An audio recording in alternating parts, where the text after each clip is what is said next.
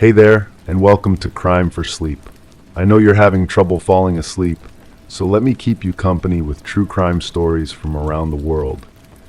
Before we dive in, I'm curious, where did you first hear this one? If you enjoy these stories, don't forget to like, comment, and subscribe. Now get comfortable, and let's get into tonight's case. Crime 1, Maplewood, Connecticut was the kind of town where people left their doors unlocked at night. At least that's what the real estate agent had told Eliza Warner when she purchased the colonial-style home on Willow Creek Drive in September of 2018. The previous owner, a Mr. Harold Bennett, had passed away 3 months prior at the age of 89, and his children, who lived states away, were eager to settle the estate. Eliza, a 34-year-old graphic designer who had recently divorced, was looking for a fresh start. The two-bedroom house with its weathered blue shutters and modest backyard offered exactly what she needed: solitude, charm, and a price she could afford on her freelance income. The fact that some of the appliances were outdated didn't bother her. She planned to renovate gradually as her finances allowed. The old refrigerator hummed louder than it should. It was a Kelvinator model from the early 1990s, boxy, off-white, with a tendency to make ice a little too slowly for Eliza's taste. But it worked, and replacing it wasn't a priority during those first few months as she settled into her new life in Maplewood. April arrived with its characteristic New England chill still clinging to mornings and evenings. Eliza had finally unpacked her last box, hung artwork on the walls, and begun to feel truly at home.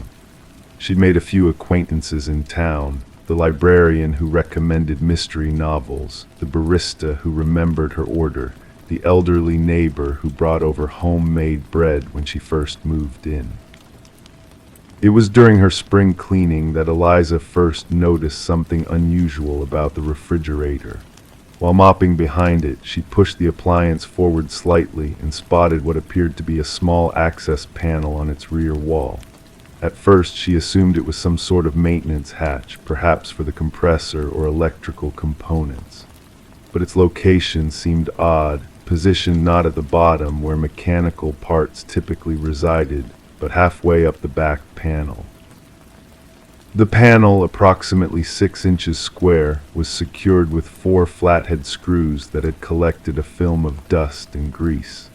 Curious, Eliza retrieved her toolbox from the hall closet and carefully unscrewed the panel.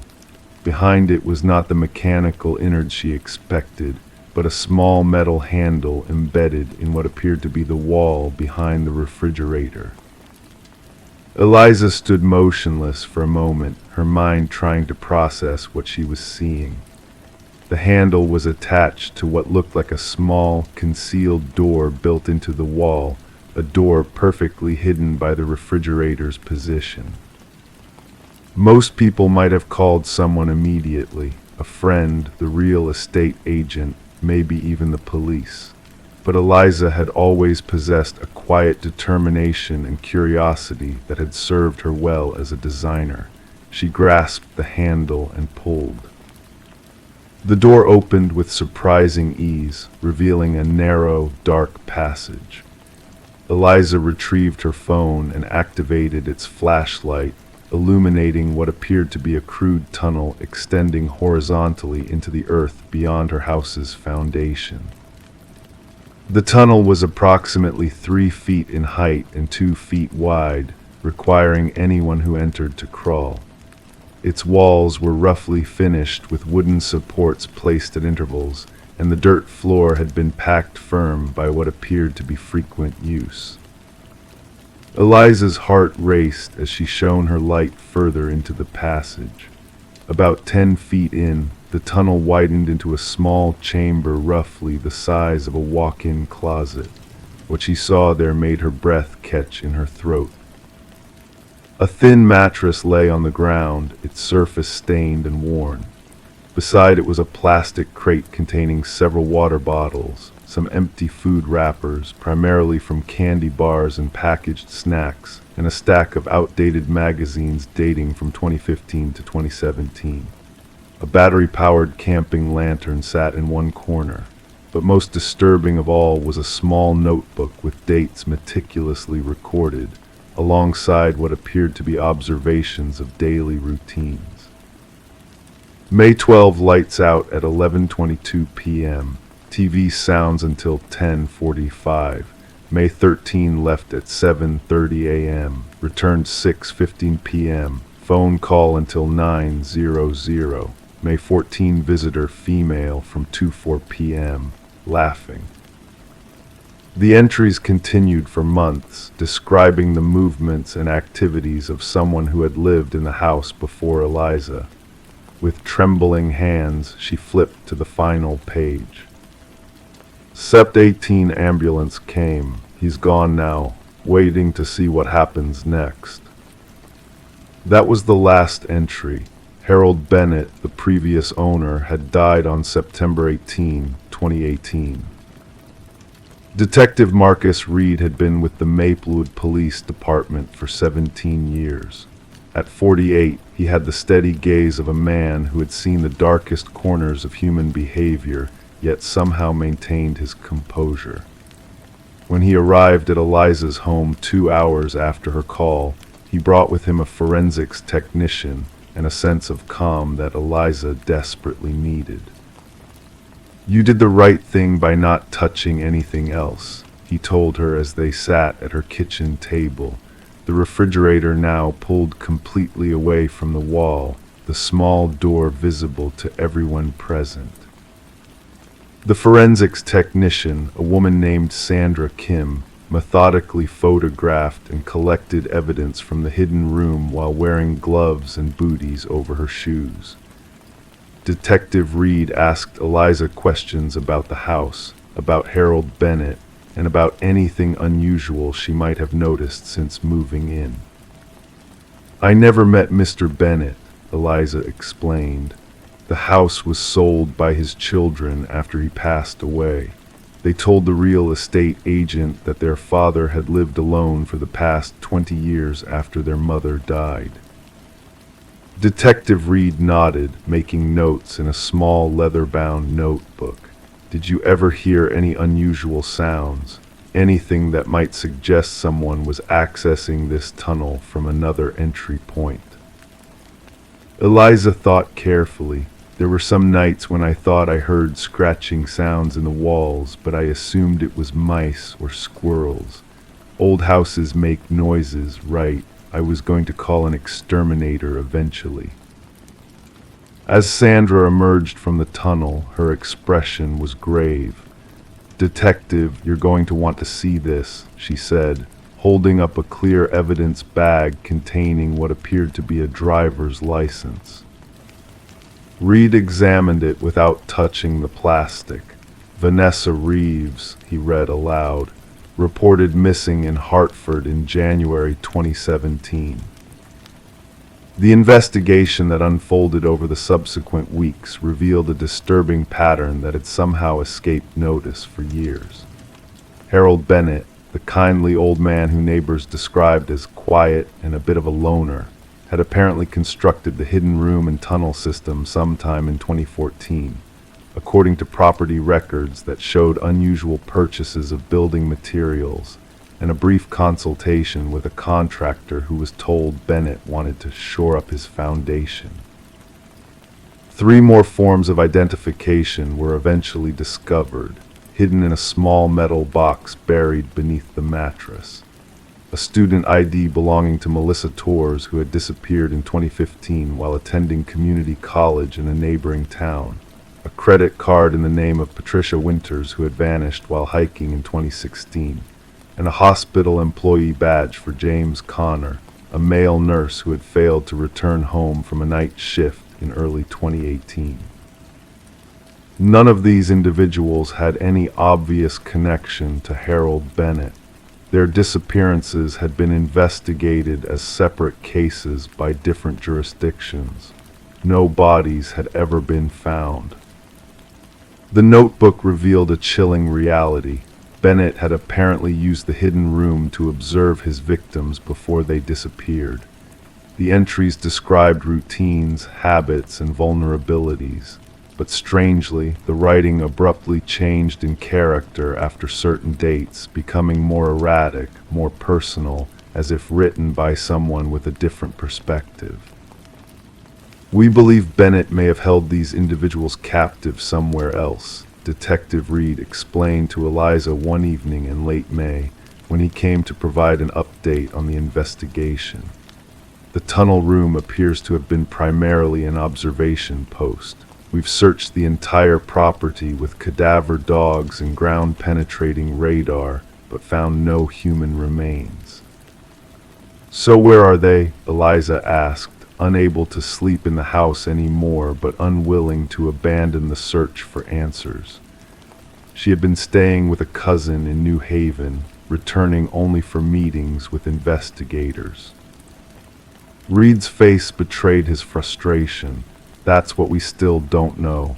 Bennett's medical records show he was diagnosed with early-stage dementia in 2017. His condition deteriorated rapidly in his final year. Whatever secrets he had, he took them with him. The police expanded their search to a cabin Bennett had owned in the Berkshires, to storage facilities in his name, and to abandoned properties in the area. They interviewed neighbors, former colleagues from the accounting firm where Bennett had worked until retirement, and his distant children who expressed shock and disbelief at the allegations against their father. As summer arrived, the investigation stalled. The forensic evidence from the tunnel room, fingerprints, hair samples, fibers, confirmed that all 4 missing persons had been present there at some point, but provided no clues as to their current whereabouts. The most recent entries in the notebook, those following Bennett's death, remain the most disturbing element of all. Waiting to see what happens next. Who had written those words, who had continued to use the tunnel after Bennett's death but before Eliza moved in? The house had been vacant for 3 months between Bennett's death and Eliza's purchase. The real estate agent swore no one had access except for the cleaning crew that had prepared it for sale. On a humid evening in July, nearly 3 months after her discovery, Eliza returned to the house with Detective Reed to collect the last of her belongings. She had decided to sell the property at a loss if necessary and move back to Massachusetts where she had family. As they stood in the kitchen, boxes packed around them, Reed's phone rang. His expression changed as he listened to the caller, and he stepped outside to continue the conversation. When he returned 10 minutes later, his face was ashen. "They found something at the cabin," he said quietly. "A second notebook hidden in the wall. It has detailed instructions written in Bennett's hand, addressed to someone named Michael. Instructions on how to continue his work after his death." Eliza felt her knees weaken. Who is Michael? "That's what we need to figure out," Reed replied, his eyes scanning the room with new urgency. "Because according to Bennett's writing, Michael isn't just some accomplice. He's someone who was created to carry on when this body fails. The working theory now is that Bennett may have had dissociative identity disorder in addition to his dementia. He may have developed an alternate personality he called Michael." "But Bennett is dead," Eliza whispered. "Yes," Reed agreed, his gaze returning to the refrigerator and the tunnel behind it. "But the last notebook entry suggests that whoever, or whatever, Bennett believed would continue his work is still active, and they were in this house after his death." As if on cue, both Eliza and the detective froze at the sound of scratching coming from within the walls, not from the direction of the tunnel, but from somewhere else entirely, somewhere deeper within the structure of the house itself. 3 days later, investigators would discover a complex network of passages within the walls of the Bennett home, extending into neighboring properties through the old sewer system. 4 additional observation rooms were found, each positioned to monitor different houses on Willow Creek Drive. To this day, Vanessa Reeves, Melissa Torres, Patricia Winters, and James Connor remain missing. The house on Willow Creek Drive stands empty, its windows boarded up, its secrets partially revealed but far from fully understood. And somewhere in Maplewood, or perhaps beyond, someone is still waiting to see what happens next. Crime 2, at first it was a whisper, barely audible over the faucet. Then the voice grew louder, clearer. It knew her name, her sister's name, her secret. When she dropped her phone down the drain by accident, she heard the voice again. Now I have yours too. The small town of Millfield, Pennsylvania, wasn't known for much. Founded in the late 1800s around a now-defunct textile mill, it had settled into the quiet rhythms that characterize so many American small towns. Main Street featured the usual assortment of family-owned businesses, a diner that still served bottomless coffee for less than $1, and exactly one traffic light that blinked yellow after 10 p.m. Claire Winters had lived in Millfield her entire life. At 32, she worked as a librarian at the local branch, lived alone in a modest 2-bedroom bungalow on Elm Street, and was known for her reliability and gentle disposition. Each morning she would arrive at the library at precisely 8:45 a.m., unlock the front doors at 9:00, and spend her day organizing books, helping patrons with research questions, and running children's reading programs on Wednesday afternoons. Those who knew Claire described her as methodical, perhaps even a bit rigid in her routines. She had dinner with her parents every Sunday evening. She called her younger sister, Eliza, who lived in Philadelphia, every Tuesday at 7:30 p.m.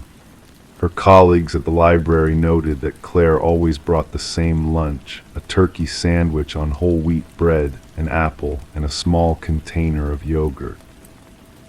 Claire liked things just so, her mother would later tell investigators. Ever since she was a little girl, she'd line up her dolls in a perfect row before bed. She'd organize her colored pencils by the rainbow. It wasn't something we worried about, it was just Claire.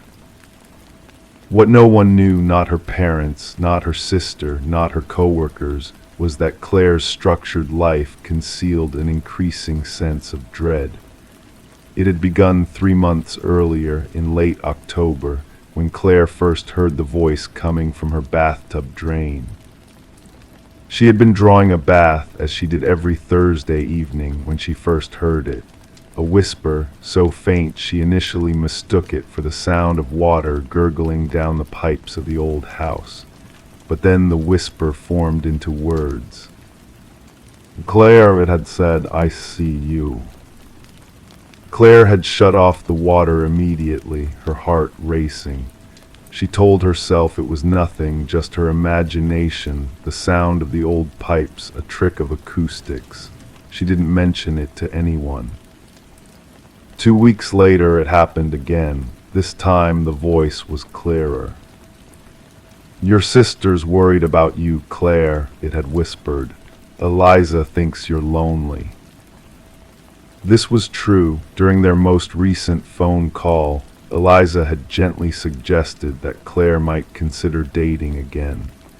It had been 3 years since her breakup with Mark, and Eliza was concerned that Claire was becoming too isolated. How could the voice know this?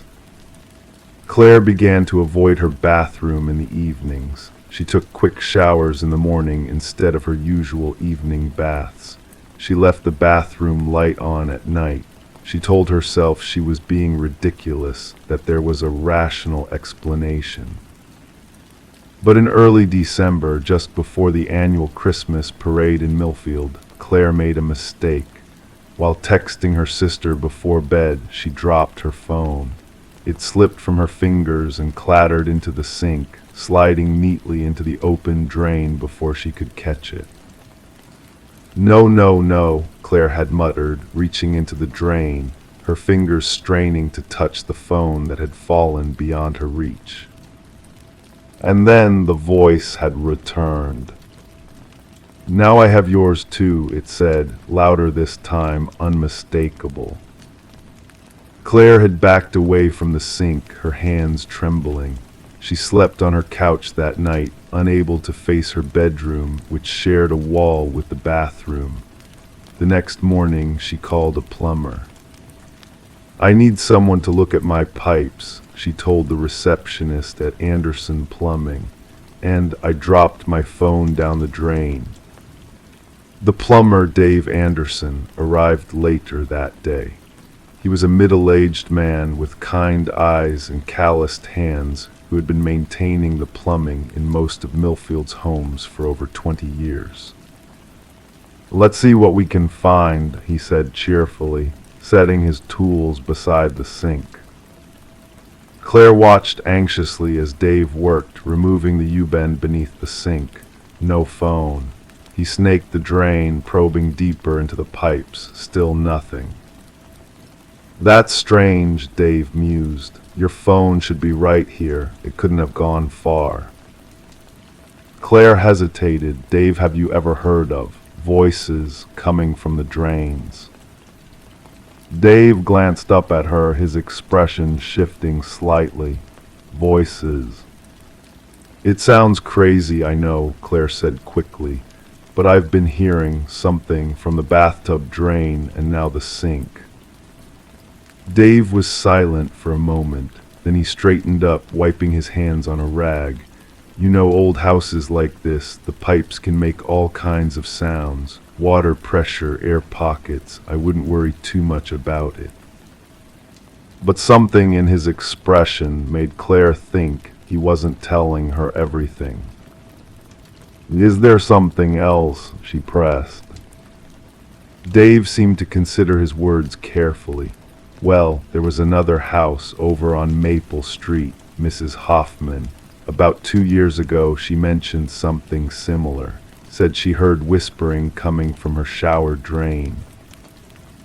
Claire felt a chill run down her spine. What happened to her? "Nothing far as I know," Dave said with a shrug. "She moved to Florida to be closer to her daughter shortly after. Left in quite a hurry, if I recall." After Dave left, promising to return the next day with different equipment to retrieve her phone, Claire sat at her kitchen table, her mind racing. She considered calling Eliza but stopped herself. What would she say? That she was hearing voices from her drains. Her sister would think she was losing her mind. Instead, she searched online for information about Mrs. Hoffman, the woman Dave had mentioned. There wasn't much, just a brief mention in the local newspaper from 2 years ago, noting that Beatrice Hoffman, a longtime resident of Millfield, had relocated to Fort Myers, Florida. That night, Claire struggled to sleep. The voice had fallen silent, but its words echoed in her mind. "Now I have yours too." What did it have besides her phone? What else could it take? The next morning, Claire called in sick to work, something she had never done before. She spent the day researching voice recordings, plumbing acoustics, anything that might explain what she was experiencing.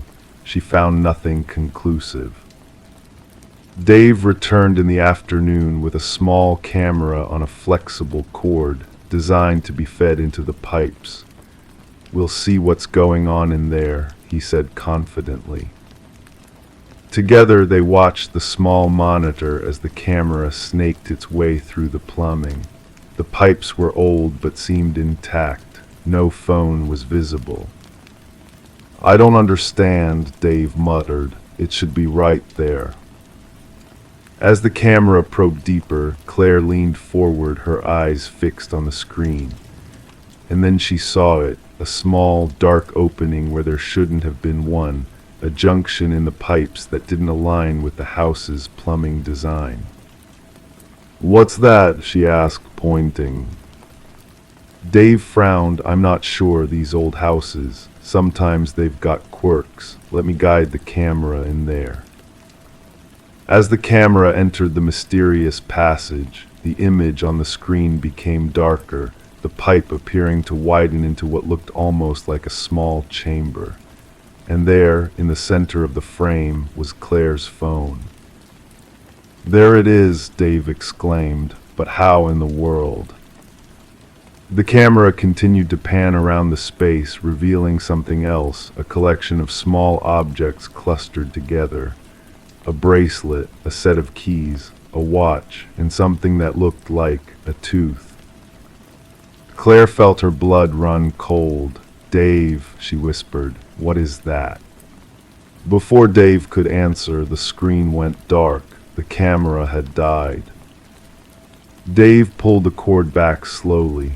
"Battery must have given out," he said, but his voice sounded strained. "Look, I think I should call someone about this. These pipes, they're connected to something strange."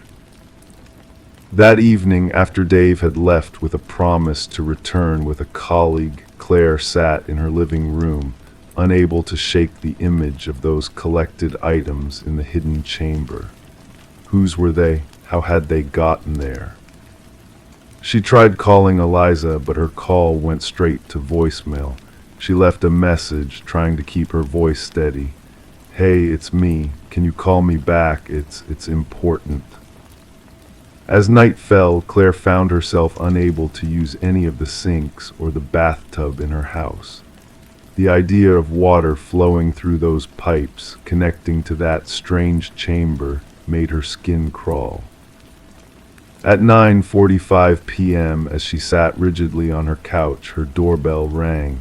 Claire jumped, her heart racing. She wasn't expecting anyone. She approached the door cautiously and looked through the peephole. It was Dave Anderson, standing on her porch with a flashlight in hand. Claire opened the door. "Dave, I thought you were coming back tomorrow." Dave's expression was grim. "I've been doing some checking. After what we saw today, I had to know if there were others." "Others?" "Other reports, other incidents." Dave hesitated. "Can I come in? This isn't something we should discuss out here." Claire stepped aside, allowing Dave to enter. He sat at her kitchen table, placing his flashlight beside him. "Mrs. Hoffman wasn't the only one," he began. "There have been others, over the years, people who have heard voices coming from their plumbing, people who have lost things down drains that were never recovered."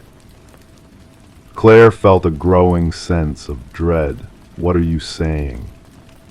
"I'm saying that there's something in the old sewer system beneath Millfield, something that doesn't make sense." Dave paused.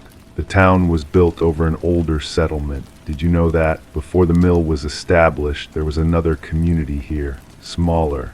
It disappeared sometime in the late 1700s. Most of the records were lost in a courthouse fire in 1832. As Dave spoke, Claire noticed something odd. The flashlight he had brought was flickering slightly, casting strange shadows on the kitchen walls. "I think whatever is down there," Dave continued, "has been there a long time, and I think it collects things." Claire swallowed hard. "Things or people?" Dave met her gaze. "Both, maybe. I found records of disappearances in Millfield going back decades, people who vanished without a trace. Most were written off as runaways or people who simply moved away without telling anyone, but I'm not so sure." The flashlight flickered again, more noticeably this time. "Dave," Claire said softly, "your flashlight."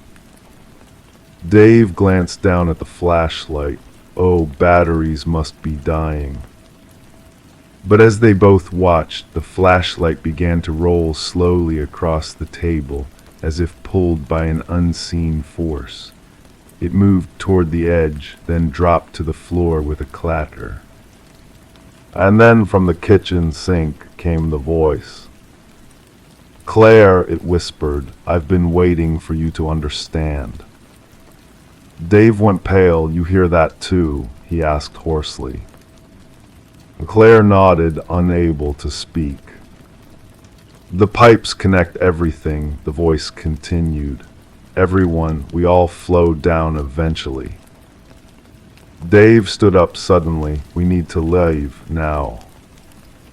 But as he moved toward the door, all the faucets in the house, the kitchen sink, the bathroom sink, the bathtub, turned on simultaneously, water rushing out at full force. The voice grew louder, no longer a whisper, but a gurgling, wet sound that seemed to fill the entire house. "Stay, Claire, stay and listen. I have so much to tell you, about the others, about what's beneath." Claire grabbed her car keys. "We need to call someone, the police, or—" "The police won't understand," Dave said urgently. "No one will. We need to get out and then we need to warn people about what's under this town." As they rushed toward the front door, the lights in Claire's house began to flicker. The water from the faucets turned cold, then dark, as if mud were mixing with the clear liquid. They made it outside, running to Claire's car parked in the driveway. As they pulled away, Claire looked back at her home, the place where she had lived her entire adult life. Through the windows, she could see all the lights were now on, blazing in the darkness. 3 days later, a small article appeared in the Millfield Gazette. It reported that a local woman, Claire Winters, and a plumber, Dave Anderson, had been involved in a strange incident. They had reported hearing voices from the plumbing in Claire's home and had claimed there was something living in the town's sewer system. The article treated the story as a curiosity, noting that both individuals had left town shortly after, Claire to stay with her sister in Philadelphia and Dave to an undisclosed location. The article concluded with a quote from the town's mayor: "Millfield's infrastructure is perfectly sound. These kinds of urban legends pop up from time to time. There's nothing to worry about." But in the weeks that followed, residents of Millfield began to notice small changes. Water pressure fluctuating without explanation. Strange sounds emanating from pipes late at night. Items disappearing down drains that should have been too large to fit through the openings. And sometimes, very late at night, when the town was quiet and still, they would hear whispers coming from their sinks, their showers, their bathtubs. Whispers that knew their names, their secrets, their fears. In Claire's empty house on Elm Street, the faucets remained turned on, water flowing continuously, as if waiting for someone to listen to what the voice had to say. No one has lived in that house since. Some say that if you drive through Millfield today and stop at the single traffic light on Main Street, you can still see Claire's house in the distance, its windows dark, its yard overgrown. And if you listen carefully, you might hear the sound of running water echoing through the empty rooms. But no one stops anymore. No one listens. No one wants to hear what the voice has to say. Crime 3, she bought it second-hand, no stains, no tags. But when she flipped it over, she saw a name hand-sewn into the underside with red thread, hers. The thread continued in uneven letters, forming a message: "You should have never come back." Melissa Winters had always been practical about money. Growing up in the small town of Pinewood, Oregon, she'd learned to stretch $1 from her single mother who worked double shifts at the local diner. So when Melissa decided to return to her hometown after 12 years away, buying second-hand furniture for her new apartment seemed like the natural choice. The mattress had been listed on a community forum. clean queen size, barely used, pickup only. The seller, an elderly woman named Ruth who lived in a modest bungalow on the edge of town, had been pleasant enough, if a bit distant. Melissa remembered thinking it was odd how Ruth insisted she take the mattress that very evening, practically helping her strap it to the roof of her car despite her apparent arthritis. "I just need it gone today," Ruth had said, her eyes never quite meeting Melissa's. "My grandson bought me a new one. This one's perfectly good, though." It wasn't until 3 nights later that Melissa noticed it. She'd been sleeping fine, but that evening, while changing her sheets, she glimpsed something red peeking out from the underside of the mattress. When she flipped it over, she froze. There, in uneven, childlike stitches of crimson thread, was her full name, Melissa Ann Winters, and beneath it, those 7 words that sent ice through her veins: "You should have never come back." Melissa didn't sleep that night or the next.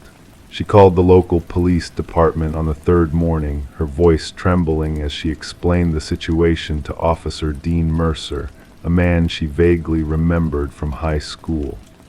He arrived that afternoon, his expression shifting from professional concern to visible unease as he examined the stitching. "And you're sure you've never met this Ruth before?" he asked, taking photos of the mattress. "Never," Melissa insisted. "I've been away for 12 years. I only moved back 3 weeks ago." Officer Mercer promised to look into it, but Melissa could tell from his body language that he was skeptical. Perhaps he thought she'd done it herself, a cry for attention or a sign of mental instability. But why would she? She'd come back to Pinewood to start fresh after her divorce, not to create drama. The next day, Melissa drove back to Ruth's bungalow, her heart hammering in her chest. But the house was empty, no furniture, no curtains, just a "for rent" sign swinging gently in the front yard. The neighbor, an older man washing his car in the driveway, told her Ruth had moved out 2 days ago. "Left in quite a hurry, too," he remarked, wiping his hands on his jeans.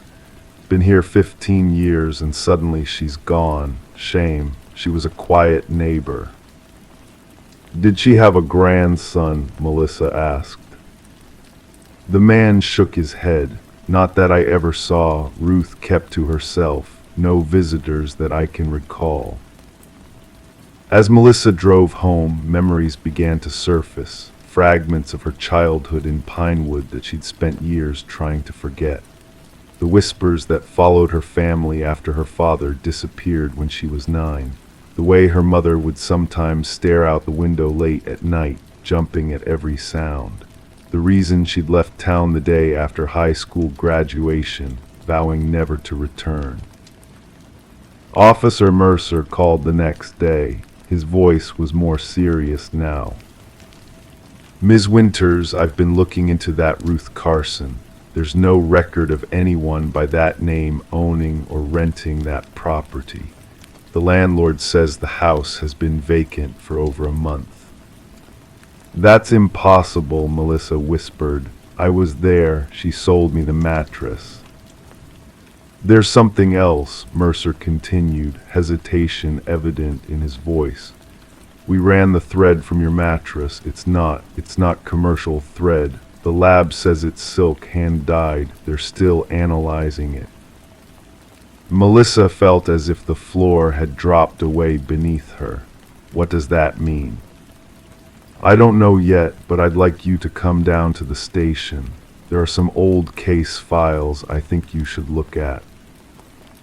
The station was quiet when Melissa arrived that evening. Officer Mercer led her to a small conference room where several manila folders lay spread across the table. His face was grim as he opened the top folder. "These are missing persons cases from Pinewood going back 30 years, he explained. "All young women, all with red items left behind." Melissa's throat went dry as he showed her the photos. a red hair ribbon abandoned on a hiking trail, a child's sock bright crimson found in an empty car, a single red earring left on a doorstep. The last case was 12 years ago, Mercer said quietly, right around when you left town. Melissa stared at the final photo, a teenage girl with a bright smile, someone she vaguely recognized from school. Sarah Ellis. She disappeared a week after graduation. They'd never been friends, but Melissa remembered her. She'd been planning to move to Seattle, just like Melissa. We never found any of them, Mercer continued. The case went cold. No bodies, no crime scenes, just red. As Melissa drove home that night, her mind raced with possibilities. Who was Ruth, really? How did she know Melissa's name, her return to Pinewood? And most disturbingly, why did she want Melissa to know she was being watched? The next morning brought another discovery. While searching through old boxes she hadn't yet unpacked, Melissa found a childhood photo album. In it was a picture of her 9th birthday party, the last one before her father vanished. There, standing in the background, was a woman she hadn't noticed before. A younger version of Ruth, watching the children with an unreadable expression. With shaking hands, Melissa called Officer Mercer. 3 days later, Melissa sat in the same conference room, listening as Mercer explained what they'd found. Ruth Carson didn't exist, at least not officially, but the fingerprints from Melissa's doorbell matched those found in an abandoned cabin 30 miles outside of town, the cabin where they'd just discovered a hidden cellar. We found journals, Mercer said, his voice hollow. Decades of them and sewing supplies, red thread, the same kind used on your mattress. Who is she? Melissa whispered. Mercer slid a faded photograph across the table. It showed a much younger Ruth standing beside a tall man with kind eyes, Melissa's father. Her real name is Alina Winters, he said quietly, your father's sister. She was institutionalized briefly after your grandparents died, but she disappeared from the facility over 30 years ago. According to the journals, she blamed your father for their deaths, said he stole her life when he started his own family. Melissa felt the room spin. She took him all those years ago. Mercer nodded grimly. We're still piecing it together, but it seems she's been watching Pinewood, watching the young women who try to leave for decades. And now she's watching me, Melissa whispered. We have officers at her last known locations, but Mercer hesitated. She's been evading detection for 30 years. She knows how to disappear. That night, Melissa sat in her apartment, every light blazing, every door locked. The mattress was gone, taken as evidence, but she couldn't shake the feeling of those red stitches, spelling out her name, warning her away from the only home she'd ever known. As she finally drifted into an uneasy sleep on her couch, her phone chimed with a text message from an unknown number. Family always finds its way home, Melissa, just like you did. Outside her window across the street, a single porch light flickered on, illuminating an elderly woman sitting in a rocking chair, a strand of red thread trailing from her busy hands. Crime 4, the winter sun in Oak Ridge, Minnesota, set early on December afternoons, casting long shadows across Alina Marsh's modest bungalow on Sycamore Lane. At 42, Alina had cultivated a life of quiet predictability that suited her. A high school English teacher for nearly 2 decades, she was known for her punctuality, her thoughtful feedback on student essays, and her solitary walks around Lake Holloway every Sunday morning, regardless of weather. Her colleagues would later describe her as pleasantly reserved, the kind of person who brought homemade cookies to faculty meetings but rarely spoke unless called upon. She lived alone with her tabby cat, Fitzgerald, named after her favorite author, in the house she'd inherited from her mother 6 years prior. Aliner's sister, Marion, who lived 3 hours away in St. Paul, received a call from Aliner every Wednesday evening at 7:15 p.m. They would discuss their week, share small-town gossip, and occasionally reminisce about their childhood. The calls typically lasted between 32 and 45 minutes, ending when Aliner would say, "Well, I should let you go," even though both sisters knew Marion had nowhere to be. On Wednesday, February 4th, 2023, Marion's phone didn't ring at 7:15 p.m. She waited until 7:30, assuming her sister was grading papers or had gotten caught up in a book. By 8:00 p.m., Marion felt the first tremors of unease ripple through her body. By 9:00 p.m., she had called Aliner's number 12 times, each call going straight to voicemail. At 9:17 p.m., she called the Oak Ridge Police Department. Officer Dale Hendricks was the first to arrive at Aliner's home at 9:43 p.m. The house was dark except for a single lamp visible through the living room window. Aliner's blue Honda Civic sat in the driveway, covered in a thin layer of fresh snow. When his knocks went unanswered, Officer Hendricks peered through the windows, noting nothing obviously amiss. With no signs of forced entry or distress, he informed Marion there was little he could do but file a missing persons report if Aliner didn't turn up by morning. Marion drove through the night, arriving in Oak Ridge just after 1:00 a.m. She used her spare key to enter her sister's home, calling Aliner's name into the stillness. The house was immaculate as always. A half-empty mug of tea sat on the coffee table, still faintly warm to the touch. Aliner's phone was charging on the kitchen counter. Her winter coat hung on the hook by the door. Her car keys rested in the ceramic dish she had made in a pottery class 3 summers ago. Fitzgerald the cat paced anxiously by his empty food bowl. The only thing missing was Aliner herself. By morning, the disappearance of Aliner Marsh became the focus of the small Oak Ridge Police Department. Detective Sandra Lowry, a 20-year veteran of the force, interviewed Marion extensively. Yes, Aliner was reliable. No, she had no known enemies. Yes, she was taking medication for mild depression, but had been stable for years. No, there were no new relationships or changes in behavior. The last person to see Aliner was her next-door neighbor, Mrs. Gladys Hoffman, who had waved to her as Aliner collected her mail at 4:15 p.m. on Wednesday. Detective Lowry noticed something unusual when reviewing Aliner's phone records. Every Sunday for the past 4 months, Aliner had received a call from the same number at exactly 10:27 p.m. The calls lasted precisely 3 minutes. The number belonged to a prepaid phone that could not be traced to a specific individual.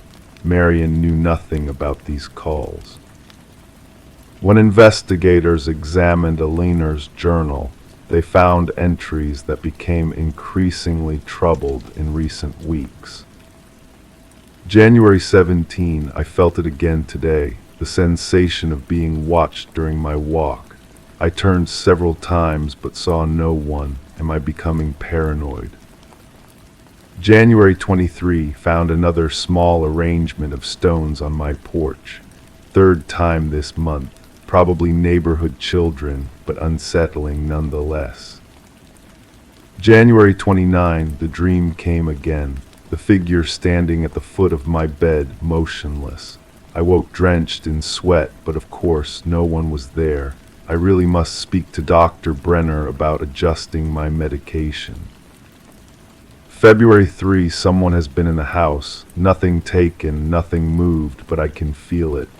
The air feels different. I'm changing the locks tomorrow. The last entry was dated February 4th, the day she disappeared, 10:13 a.m. The hollow hours are coming. I understand now.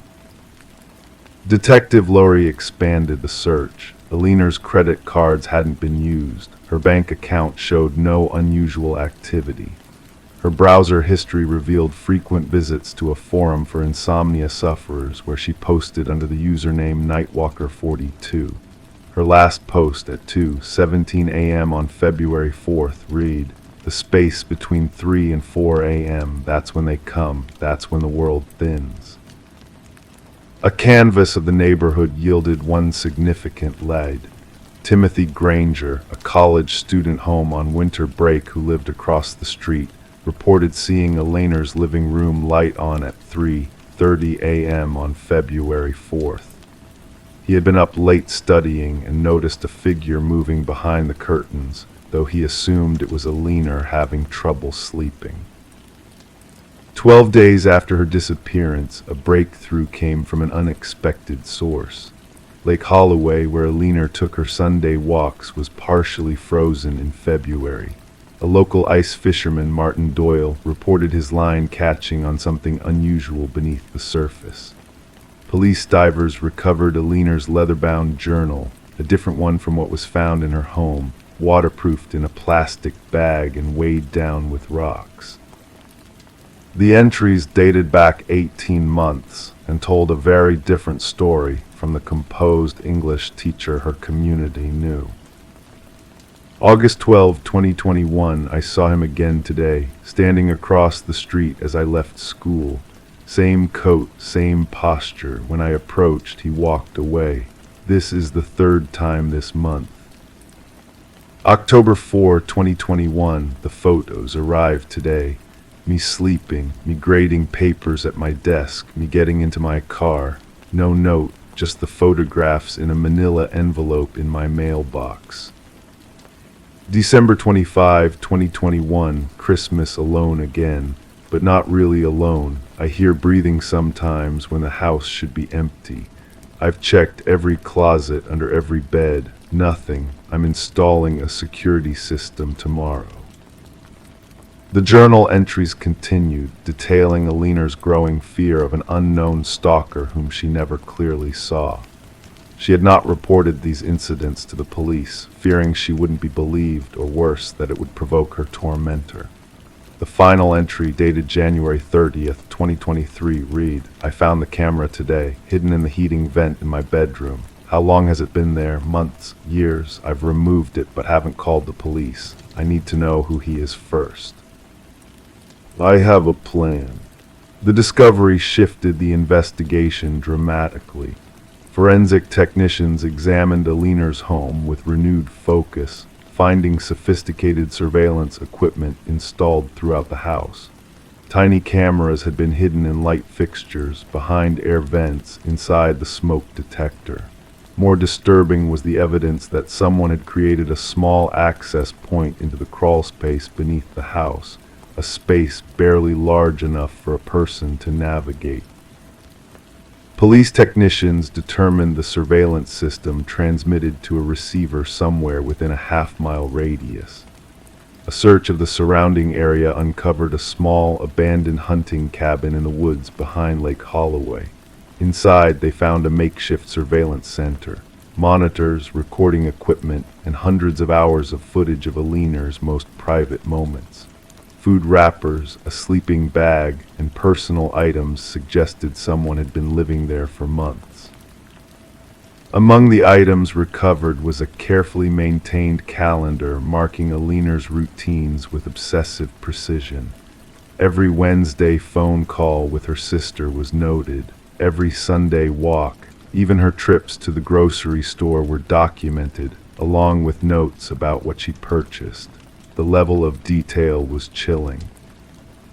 The fingerprints found in the cabin belonged to Robert Marsh, Eleanor's first cousin, who had been released from a psychiatric facility 18 months earlier after being treated for erotomania and delusional disorder. Robert had lived with Eleanor's family briefly during their teenage years, and according to old family records Marion provided, had developed an unhealthy fixation on Eleanor that her parents had tried to address through therapy. For almost 2 decades, Robert had been out of Eleanor's life. He had apparently married, divorced, and spent time in various institutions before being released with a clean bill of health. No one had thought to warn Alina of his release. But the most unsettling discovery was yet to come. In the final days of February, as the winter ice began to thaw, a kayaker spotted something unusual in a remote section of Lake Holloway. Police recovered Alina's blue Honda Civic submerged in 12 feet of water. Alina was found in the driver's seat, seatbelt fastened, hands gripping the steering wheel at 10 and 2 o'clock, exactly as she'd been taught in driver's education 30 years earlier. The car doors were locked from the inside. The windows were rolled up. There was no sign of trauma to her body. The autopsy revealed Alina had died from drowning, but the toxicology report showed high levels of sleeping medication in her system, the same medication prescribed to her for insomnia.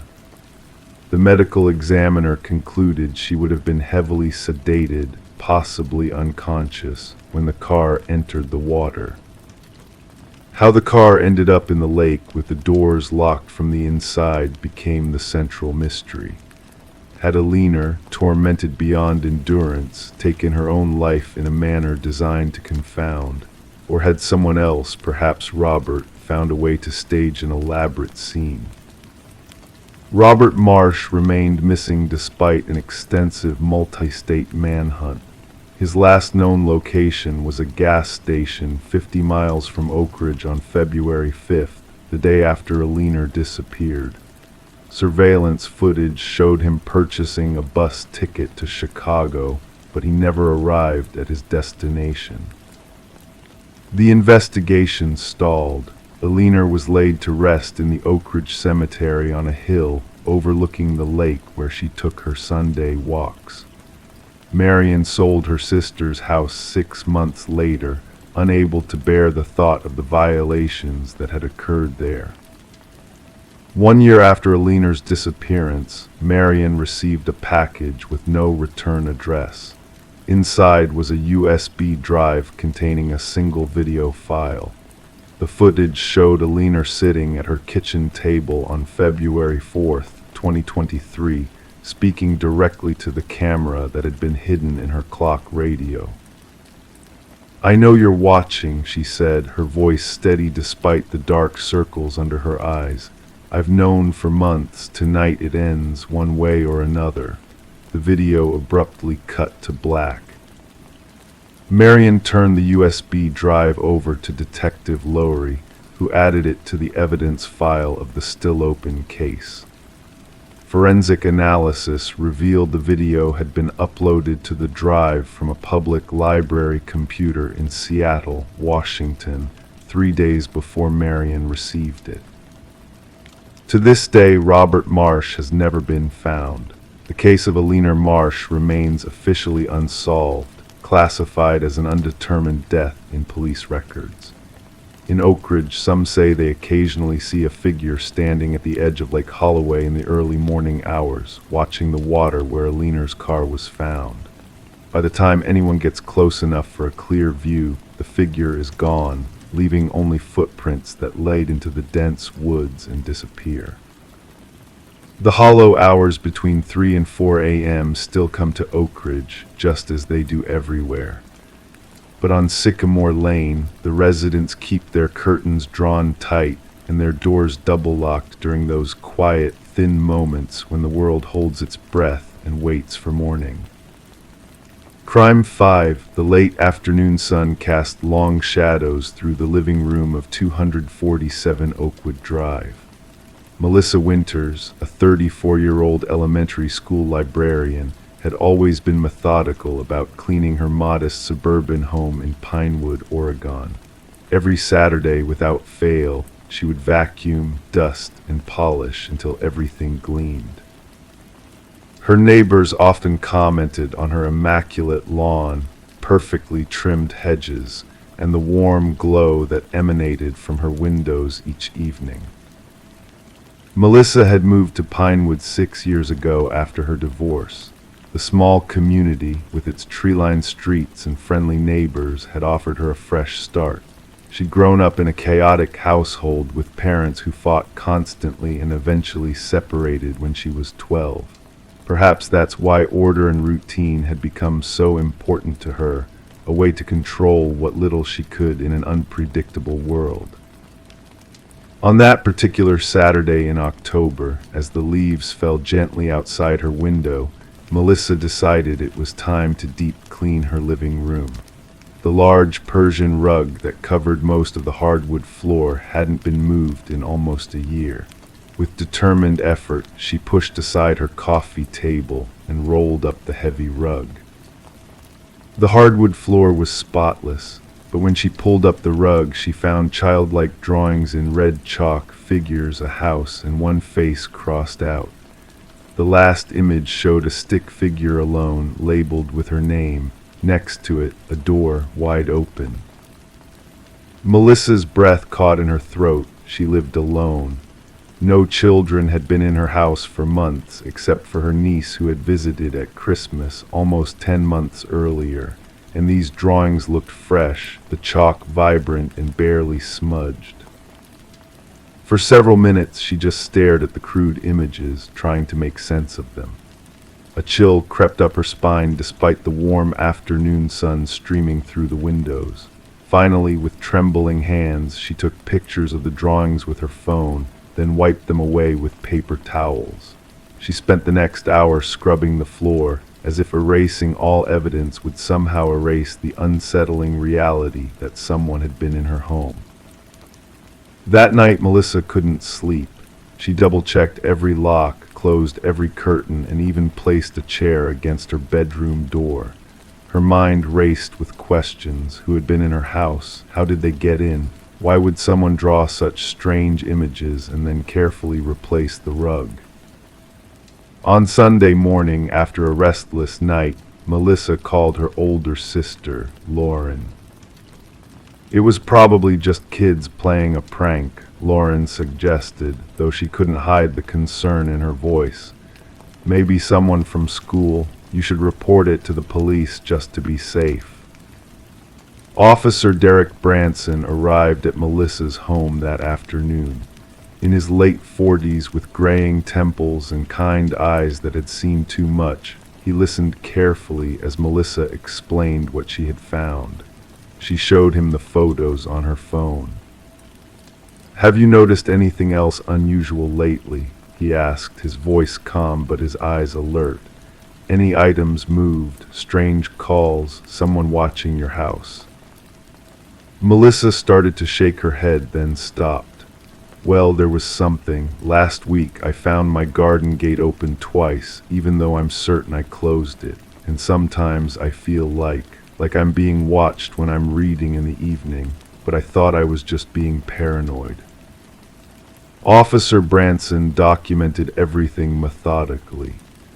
"Unfortunately, without signs of forced entry, there's not much we can do right now except file a report, but I'd recommend installing a security camera and maybe stay with someone for a few days if you can."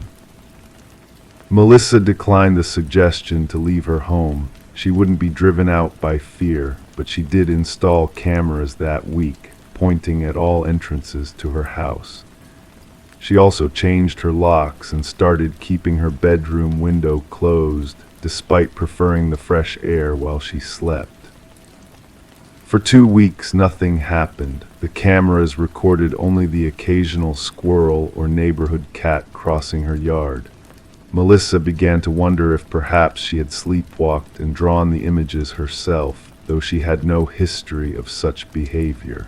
Or maybe Lauren was right. Perhaps it was just a neighborhood prank that went too far. Then came the Wednesday when everything changed.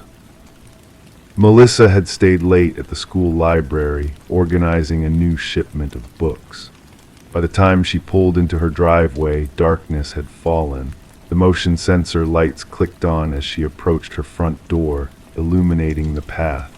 She noticed immediately that something was different. Her flower pot had been moved slightly to the left of the door instead of its usual spot on the right.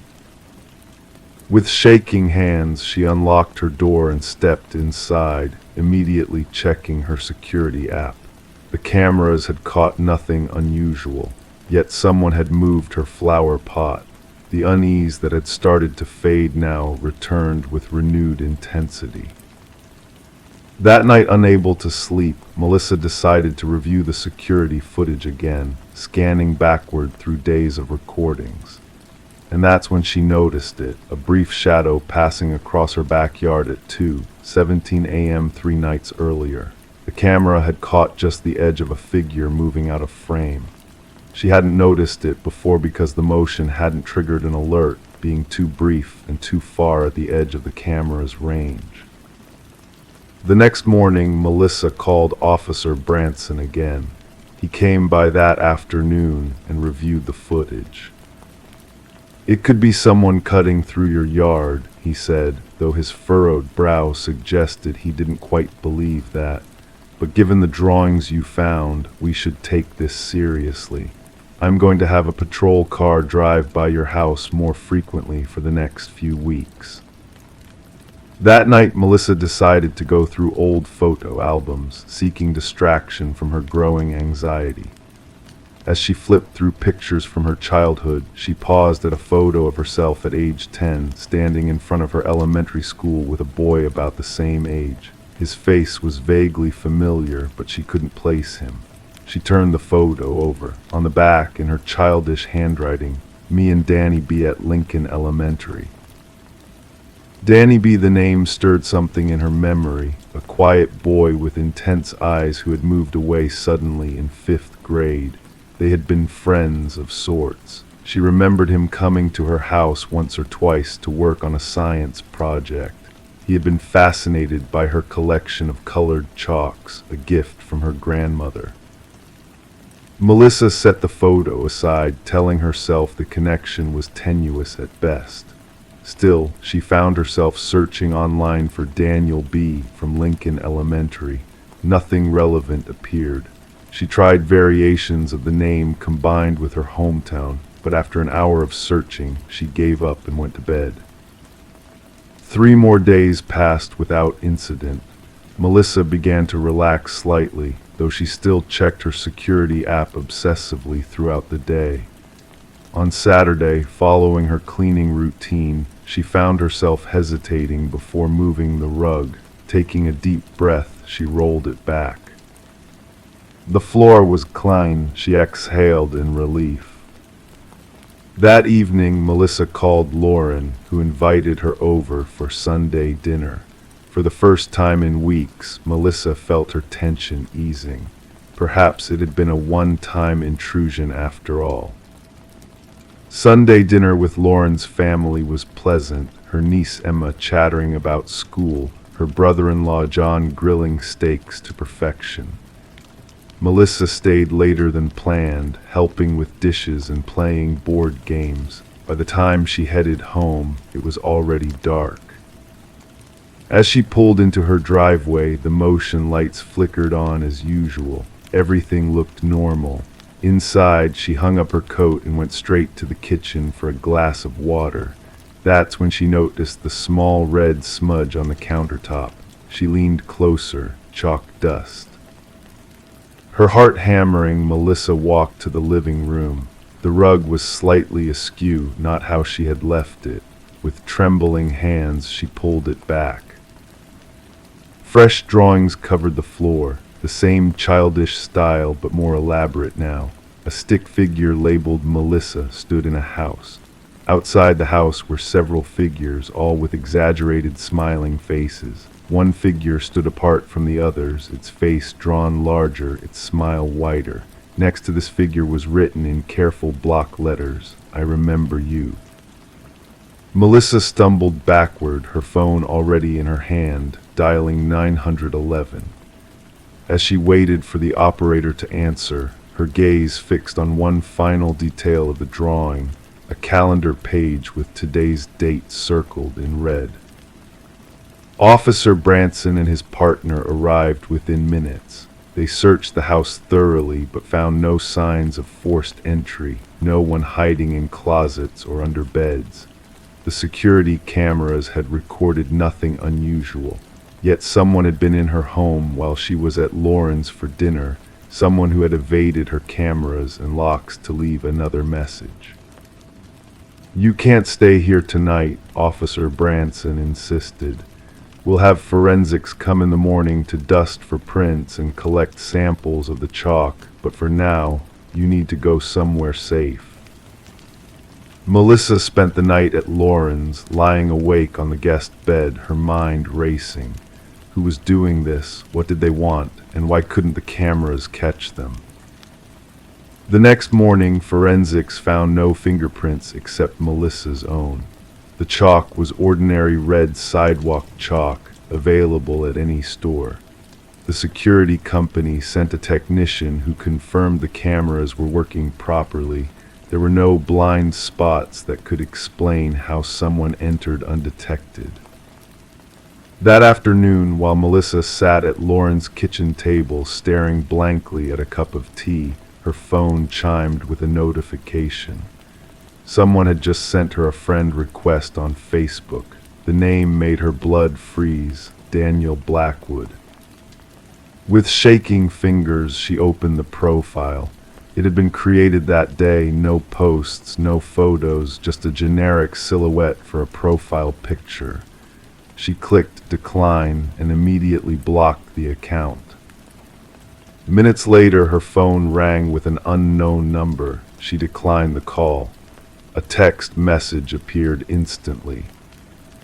"I just wanted to reconnect. Don't you remember our project? The door is still open." Melissa dropped the phone as if it had burned her. The drawing had shown a door wide open. Officer Branson took the development seriously. A detective was assigned to the case, and they began looking into Daniel Blackwood's background.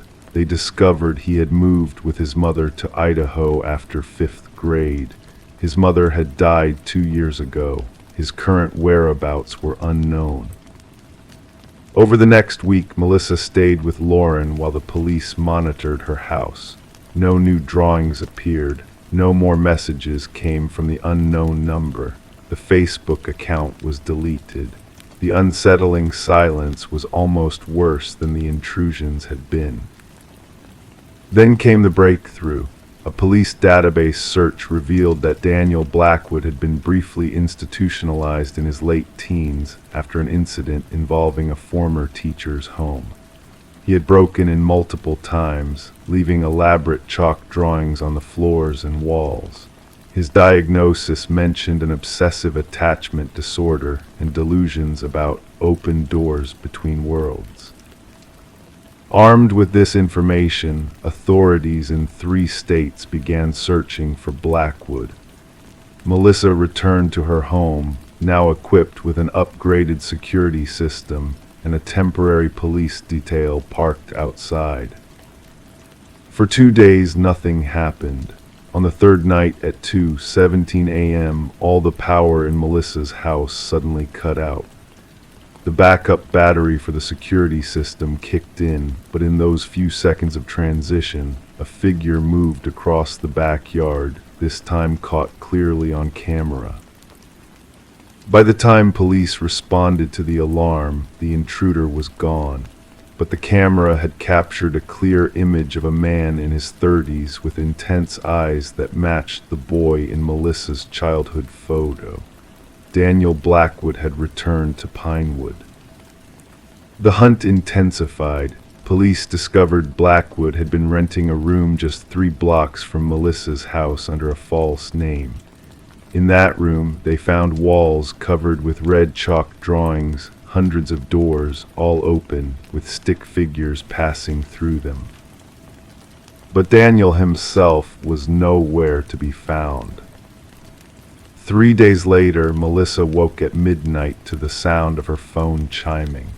A text from an unknown number contained just 4 words: "The door is closing." That was 3 years ago. Daniel Blackwood was never found. Melissa eventually moved away from Pinewood, unable to feel safe in the house with the hardwood floors and Persian rug. The case remains technically open but inactive. Sometimes on quiet nights in her new apartment 2 states away, Melissa finds herself thinking about doors, open, closed, and the spaces in between where childhood memories and adult fears intersect. And occasionally, when she can't sleep, she pulls back the corner of her new rug just to check, just to be sure. Crime 6. In the quiet suburb of Cedar Creek, Minnesota, everyone knew Sarah Winters. She was the kind of person who seemed to radiate warmth wherever she went, a third-grade teacher at the local elementary school, a volunteer at the animal shelter every other weekend, and the organizing force behind the neighborhood's annual fall festival. At 42, Sarah had lived in Cedar Creek her entire life, in a small blue craftsman house just 3 blocks from where she grew up. Sarah's routine was something you could set your watch by. Every morning at 6:15, she would leave her house for a 30-minute jog through Pinewood Park. By 7:30, she would arrive at Daisy's Cafe for her usual black coffee and a blueberry muffin, before heading to Cedar Creek Elementary, where she had taught for nearly 2 decades. Sarah was the most reliable person I knew, said Megan Taylor, owner of Daisy's Cafe and Sarah's friend of 15 years. If she didn't show up, you knew something was wrong. And on Tuesday, October 4th, 2022, Sarah didn't show up. It was unlike her to break routine. When Sarah missed her morning coffee, something that had happened only twice before, once during a blizzard and once when she had pneumonia, Megan didn't immediately worry. But when Sarah also didn't arrive at school, her colleague Amanda Porter called her cell phone. No answer. She called again during lunch break. Still nothing. By 4:30 that afternoon, several of Sarah's colleagues had gathered at her home. Her car was in the driveway. The porch light was still on from the night before. Her neighbor across the street, Daniel Hoffman, remembered seeing Sarah arrive home from school the previous day around 4:15 p.m. as usual. After that, no one recalled seeing her. When police officers finally entered her home that evening, they found nothing overtly suspicious. There were no signs of forced entry or struggle. Her purse sat on the kitchen counter, wallet and phone inside. A half-empty glass of red wine rested on the coffee table in the living room beside an open book placed face down to mark her page. The only unusual detail was her back door unlocked, something Sarah's friends insisted she never left that way. The house looked like she had simply stepped out for a minute, Detective Robert Mills would later tell reporters. But she had vanished without taking anything with her. In Sarah's bedroom, the bed was made, which suggested she hadn't gone to sleep that night. Her jogging clothes were laid out neatly on her dresser for the following morning, including her running shoes and fitness tracker.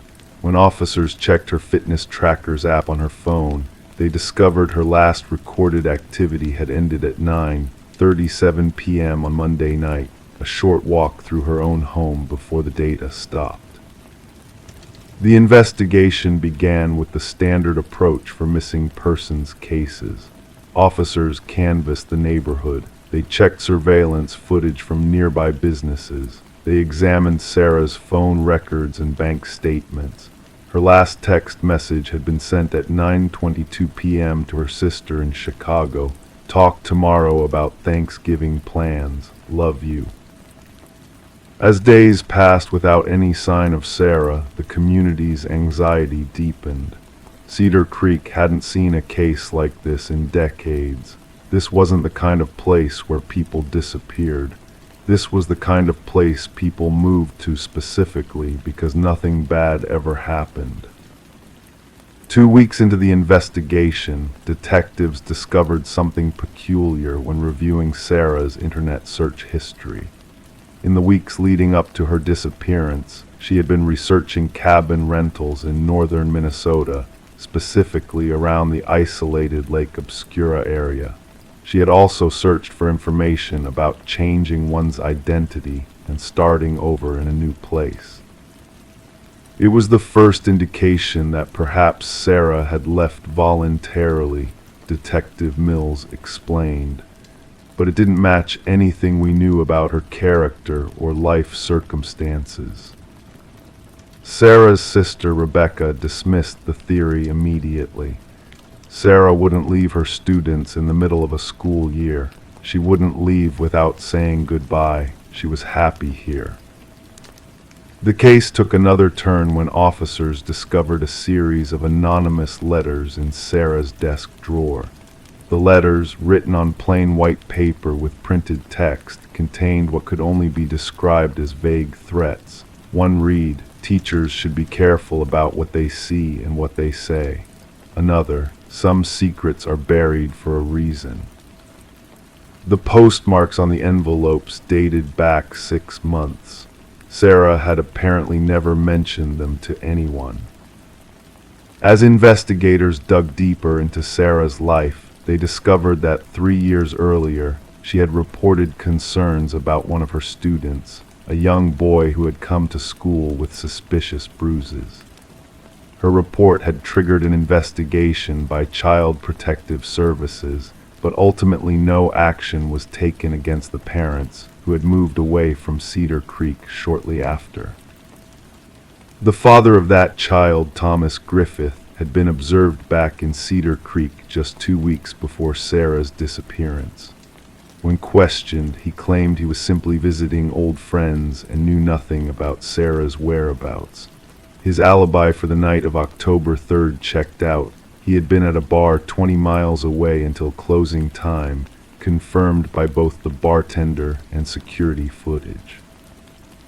4 months after Sarah vanished, hikers found a woman's running shoe in Blackwater Ravine, approximately 7 miles from Sarah's home. The shoe matched the brand and size Sarah wore, but DNA testing couldn't conclusively prove it was hers due to exposure to the elements. The discovery led to an extensive search of the ravine and surrounding forest, but no other evidence emerged. The area was dense with undergrowth, crisscrossed by dozens of animal trails, and dotted with abandoned hunting cabins, a challenging environment for even the most thorough search team. By the 1-year anniversary of Sarah's disappearance, the active investigation had slowed to a crawl. Her case remained open, but leads had dried up. The community held a candlelight vigil at Pinewood Park, where Sarah had jogged nearly every morning of her adult life. In an unexpected development 18 months after Sarah vanished, an anonymous package arrived at the Cedar Creek Police Department. Inside was a flash drive containing a video file. The footage, apparently taken from a personal security camera, showed a dark figure moving across Sarah's backyard at 11:42 p.m. on the night she disappeared. The figure appeared to approach her back door, then move out of frame. The timestamp showed 11:47 p.m. when the same silhouette retreated across the yard. The video quality was too poor to identify the person. More disturbing was the question of who had recorded it and why they had waited so long to come forward. Detective Mills, now retired but still following the case, told reporters, "This kind of delayed evidence is both valuable and frustrating. It confirms our suspicion that someone else was involved in Sarah's disappearance, but it raises so many questions about the source." The police attempted to trace the package, but it had been mailed from a public post office box in Minneapolis with no security cameras. The flash drive was a common brand sold at thousands of stores nationwide. Meanwhile, small items from Sarah's home began appearing in strange places around Cedar Creek. Her favorite coffee mug was found on a bench in Pinewood Park. A distinctive bracelet she often wore turned up in the parking lot of Cedar Creek Elementary. Her bookmark appeared in a returned book at the public library, a book that had been checked out 6 months after she vanished. Some residents believed these items were being planted as some kind of psychological torture for the community. Others thought they might be clues deliberately left by whoever was responsible for Sarah's disappearance. The case has divided Cedar Creek. Some believe Sarah is still alive, perhaps in hiding or being held somewhere. Others have reluctantly accepted that she may never be found. Theories range from an opportunistic abduction to a carefully planned crime motivated by her past actions as a teacher. 2.5 years have now passed. Sarah's blue craftsman house stands empty, the garden she lovingly tended now overgrown. Her sister visits monthly to check on the property, but can't bring herself to sell it or clean out Sarah's belongings. "I still believe someone in Cedar Creek knows something they haven't shared," Rebecca said at the most recent community meeting about the case. "Someone saw something that night or noticed something strange in the days before she disappeared. I'm begging that person to come forward." Detective Mills, though retired, continues to review the case files in his spare time. "What haunts me most," he admitted during a recent interview, "is that security video. Someone was watching Sarah's home that night, someone who either saw what happened or was directly involved. That person is still out there, perhaps still in Cedar Creek, walking the same streets as everyone else." The investigation remains open, one of nearly 600,000 missing persons cases that occur in the United States each year. But unlike many cases that fade from public memory, Sarah Winter's disappearance continues to cast a long shadow over Cedar Creek, a constant reminder that even in the safest seeming places, people can vanish without a trace, leaving behind nothing but questions that may never be answered. And in a community where everyone knows everyone, one unsettling question remains. If Sarah didn't leave willingly, then someone in Cedar Creek might know exactly what happened to her. Someone who still shops at the local grocery store, attends community events, and greets their neighbors with a smile, all while keeping the darkest of secrets. Crime 7, the Westlake Apartments in Portland, Oregon stood 12 stories tall against the perpetually gray skyline. Built in the 1970s, it had once been considered luxury living, but by 2018 it had settled into the comfortable mediocrity of middle-class housing. Paint peeled in the corners of hallways, the elevators sometimes stuck between floors.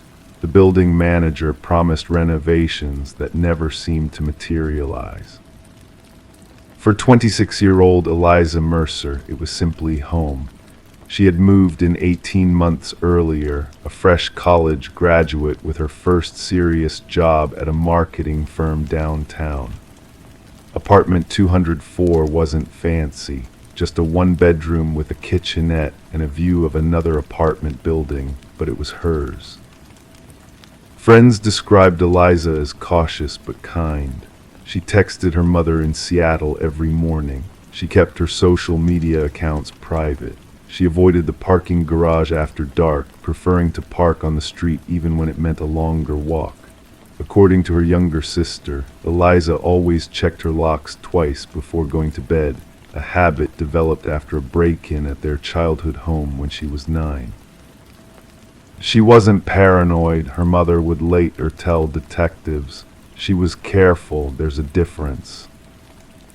On the evening of November 12th, Eliza arrived home from work at 6:22 p.m. Security footage showed her entering the lobby in her gray wool coat, checking her mail, and waiting for the elevator. She appeared to be alone. No one unusual was in the frame. The timestamp read 6:24 p.m. when the elevator doors closed with Eliza inside. She never made it to her apartment. At 9:45 p.m., Eliza's friend Caroline Dixon called the building manager. They had planned to meet for dinner at 7:30, but Eliza hadn't shown up or answered any texts. This wasn't like her. The building manager, Dennis Walton, agreed to check her apartment. Everything looked normal, Walton later testified. The door was locked, lights were off, no sign of forced entry. I knocked and announced myself, but no answer. I used my master key and the apartment was empty. Bed was made, no dishes in the sink. It was like she had never come home. But the security footage clearly showed she had entered the building. The elevator camera picked her up when she stepped inside and pressed the button for the second floor. Then something unusual happened. The feed cut out for approximately 47 seconds. When it resumed, the elevator car was empty. Detective Sarah Novak was assigned to the case the next morning. By then, Eliza had been missing for 15 hours. The first thing that caught my attention was the gap in the footage. Novak would later write in her case notes. 47 seconds is a long time. The elevator should have reached the second floor in less than 10 seconds. So where did it go, and what happened during those missing seconds? Novak began by interviewing residents who had been home that evening. A disturbing pattern emerged. 3 residents reported hearing the distinctive sound of the elevator moving past their floors without stopping, like it was going too fast, according to Mrs. Patterson in apartment 803. Most troubling was the statement from James Hurley in apartment 511. He had taken the elevator approximately 20 minutes after Eliza. When I got in, I pressed 5, but the button for the basement was already lit up. I didn't think much of it at the time. The basement. The Westlake apartments had 2 basement levels. B1 housed storage units, laundry facilities, and maintenance rooms. It was accessible to all residents. B2 was restricted, used for major building systems, electrical panels, and an abandoned boiler room from when the building had used a different heating system. Few residents even knew it existed. The security cameras didn't cover the basement levels. Detective Novak and building manager Walton descended to B2 the next afternoon. The elevator required a key to access this floor. As the doors opened, they found themselves in a dimly lit concrete hallway, utilitarian, cold, with pipes running along the ceiling. Unlike the residential floors, there were no apartment numbers here, no welcome mats, no decorative sconces on the walls. The first thing I noticed was the floor, Novak would later tell a reporter from the Oregonian. There were scuff marks, fresh ones, like something or someone had been dragged. The marks led down the hallway to a heavy metal door at the end. It was slightly ajar. Behind it lay the old boiler room, long since decommissioned but still filled with hulking equipment covered in dust, except for one area that appeared recently disturbed.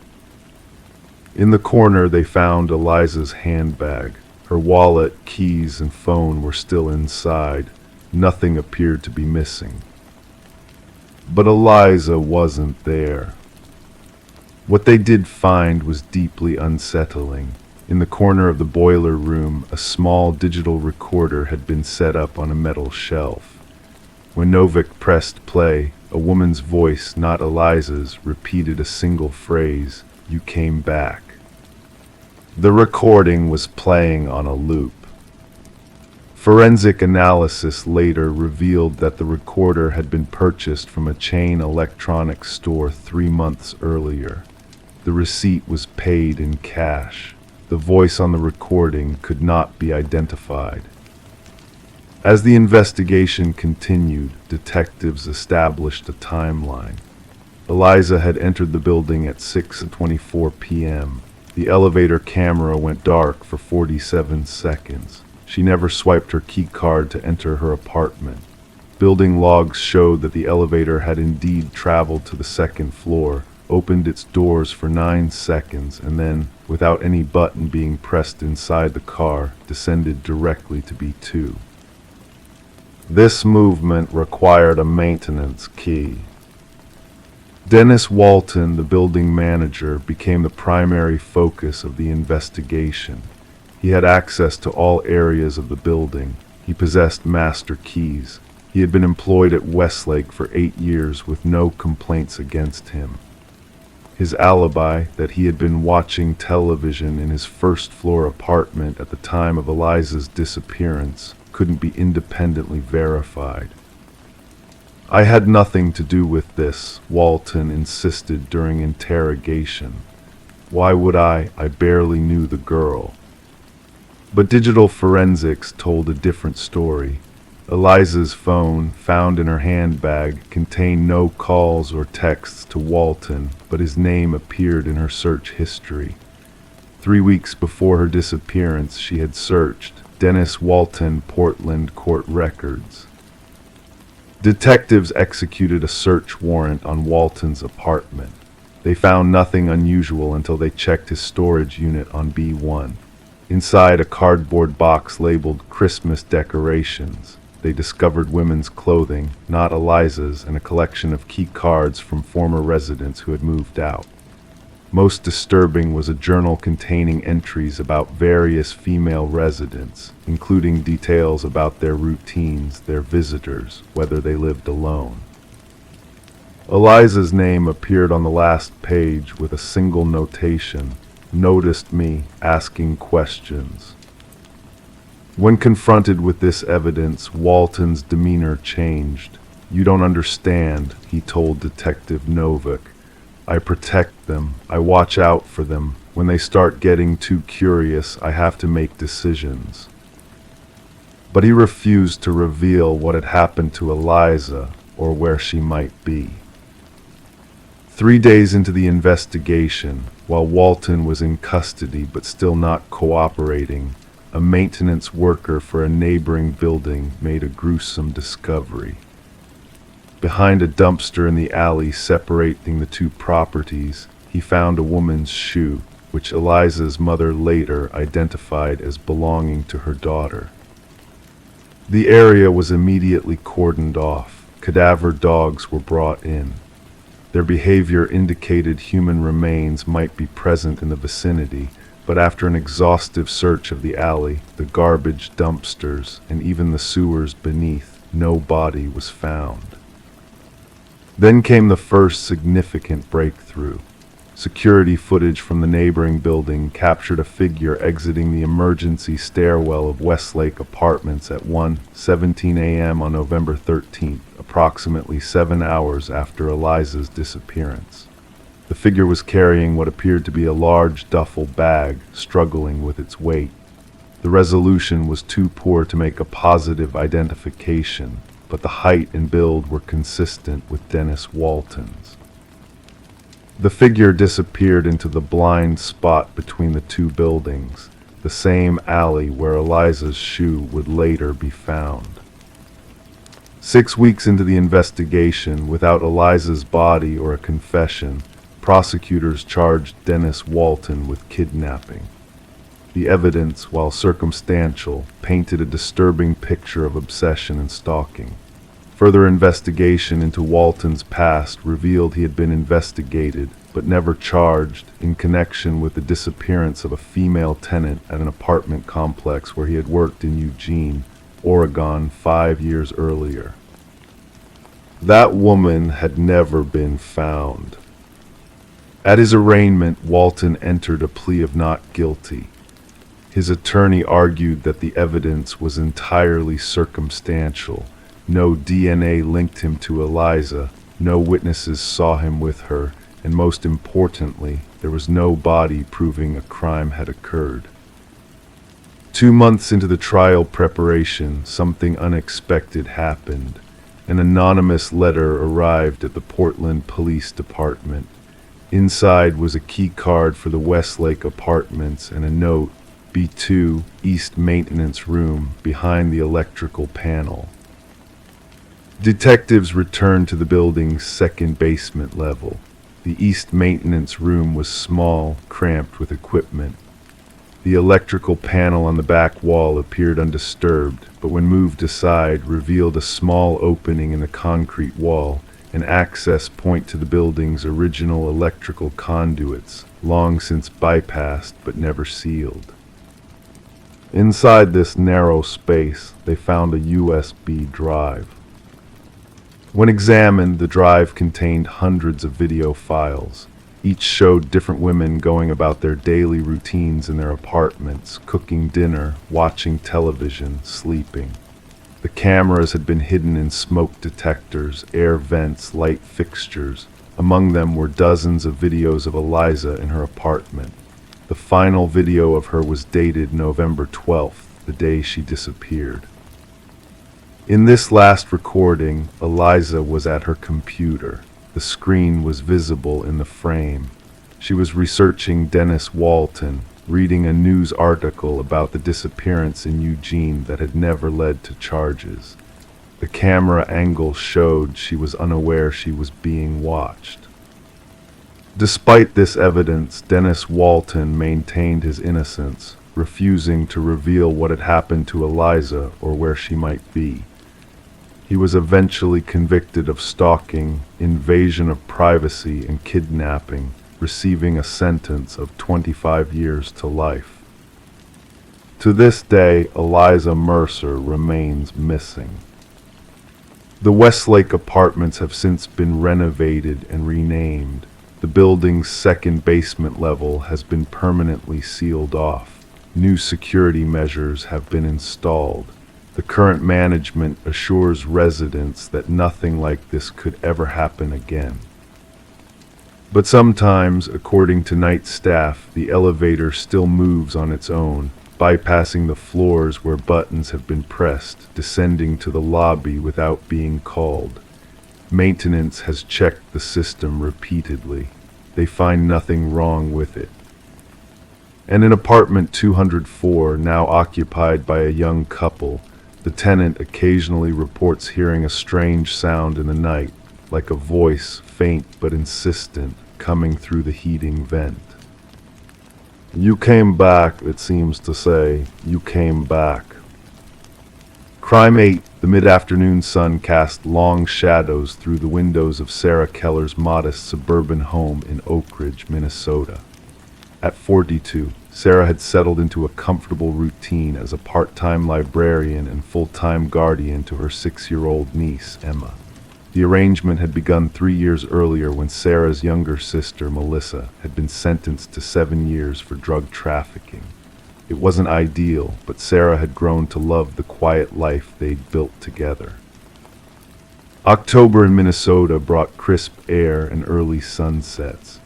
Sarah had just finished preparing a light dinner while Emma sat at the kitchen table, her small hands moving purposefully across a sheet of drawing paper. The little girl had always been creative, finding solace in art since coming to live with her aunt. Sarah encouraged this, keeping a drawer full of colored pencils, markers, and crayons that Emma could access whenever inspiration struck. "I made something for you," Emma announced, holding up her latest creation. Sarah wiped her hands on a dish towel and walked over to inspect the artwork. It was a typical child's drawing at first glance, a simple house with a triangle roof, a yellow sun in the corner, some green trees, and stick figures meant to represent Emma and Sarah holding hands in the front yard. But as Sarah's eyes moved across the page, they fixed on something unusual in the upper right corner.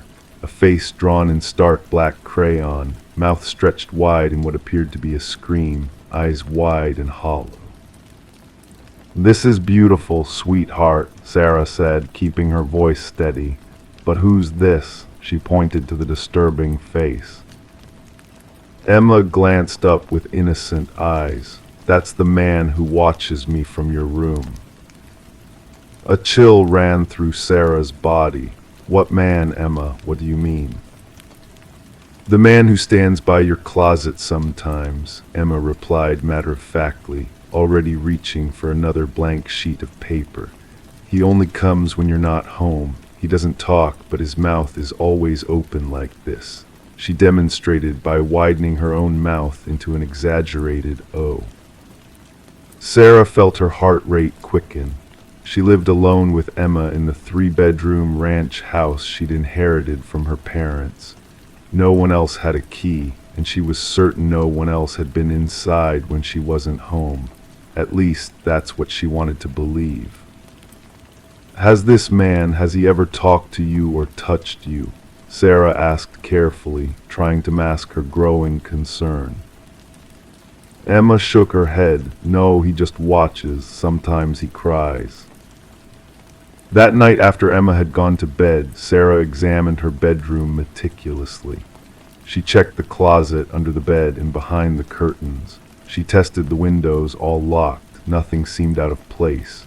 She told herself it was just Emma's imagination, perhaps influenced by a scary movie glimpsed at a friend's house or a story heard at school. Children Emma's age often had trouble distinguishing between reality and fantasy. Still, Sarah slept poorly that night, waking frequently to check on Emma and listen for any unusual sounds in the house. The following week, Sarah mentioned the drawing to her closest friend, Rebecca, during their regular Friday coffee meetup at Oak Ridge Corner Cafe. Kids say weird things all the time, Rebecca reassured her. Last month, Tyler insisted there was a dragon living in our washing machine. Turned out he'd seen some steam coming out during the spin cycle. Sarah nodded, wanting to believe it was that simple. I know, but this felt different. You should have seen the face she drew, Beck. It was disturbing. And the way she described him standing there watching her, it just made my skin crawl. Have you noticed anything else strange? Missing items, windows or doors unlocked when you're sure you secured them? No, nothing like that. Maybe set up a nanny cam, Rebecca suggested, just for peace of mind. That afternoon, Sarah purchased a small camera disguised as a clock for her bedroom and another for Emma's room. She didn't tell Emma about them, not wanting to fuel whatever fantasy might be developing in the child's mind. 2 uneventful weeks passed. Sarah reviewed the footage each day, finding nothing unusual, just empty rooms when they were out of the house and normal sleeping patterns at night. She began to relax, convinced that Emma's watching man had been nothing more than an imaginary friend or a nightmare she'd confused with reality. Then came the morning when Sarah couldn't find her favorite silver bracelet, a gift from her mother before she passed. She was certain she'd left it on her dresser the night before. She searched the entire house but couldn't locate it. When she asked Emma if she'd seen it, the little girl shook her head. Maybe the watching man took it, Emma said casually over her bowl of cereal. He touches your things sometimes when you're sleeping. Sarah felt that familiar chill again. Emma, there is no watching man. We've talked about this. Emma just shrugged and continued eating. Later that day, Sarah checked the camera footage from the previous night.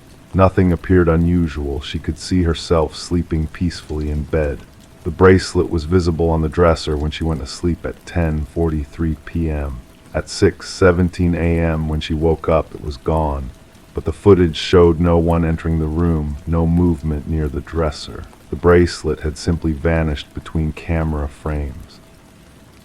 Sarah convinced herself she must have moved it herself in a half-asleep state and forgotten. She doubled her efforts to find it, eventually discovering it behind the dresser, as if it had fallen and somehow slid beneath the heavy piece of furniture. She told herself it was a relief, just a simple explanation for a simple mystery. But then other things began to happen. Small items would move locations. She'd find kitchen cabinets open that she was certain she'd closed. One morning, she discovered all of Emma's stuffed animals arranged in a perfect circle in the middle of her bedroom floor, though she was sure they'd been on the bed when she tucked Emma in. When questioned, Emma always had the same response. It was the watching man.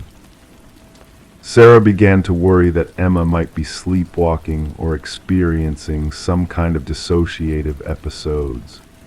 She scheduled an appointment with a child psychologist, Dr. Landon, who specialized in trauma-related behaviors. During their first session, Dr. Landon spoke with Emma alone while Sarah waited anxiously in the reception area. When the psychologist emerged, her expression was thoughtful but not alarmed. "Emma's a very bright child," Dr. Landon explained. "She's articulate and seems well adjusted, all things considered. She did talk about this watching man, but I don't sense any immediate cause for concern. Children often create imaginary figures as a way to process complex emotions, especially after experiencing significant change or loss." "So you think it's related to her mother's incarceration?" Sarah asked. "Possibly, or simply her way of making sense of a world that sometimes feels beyond her control. I'd like to see her again next week, but for now, I wouldn't worry too much. Just continue providing stability and reassurance." Sarah felt moderately relieved, but something still nagged at her. That night, she called the prison where her sister was being held, requesting a visit for the following weekend. It had been nearly 2 months since they'd last spoken in person, communication limited to occasional monitored phone calls. Saturday morning found Sarah and Emma driving the 90 minutes to Stillwater Correctional Facility. Emma was excited to see her mother, clutching a folder of drawings to show her. Sarah hadn't seen the contents and wondered if any featured the watching man. Melissa looked thinner than at their last visit, her once vibrant features now sharp and angular under the harsh fluorescent lights of the visitation room. After the initial embraces and Emma's excited chatter about school, Sarah asked the question that had been weighing on her mind.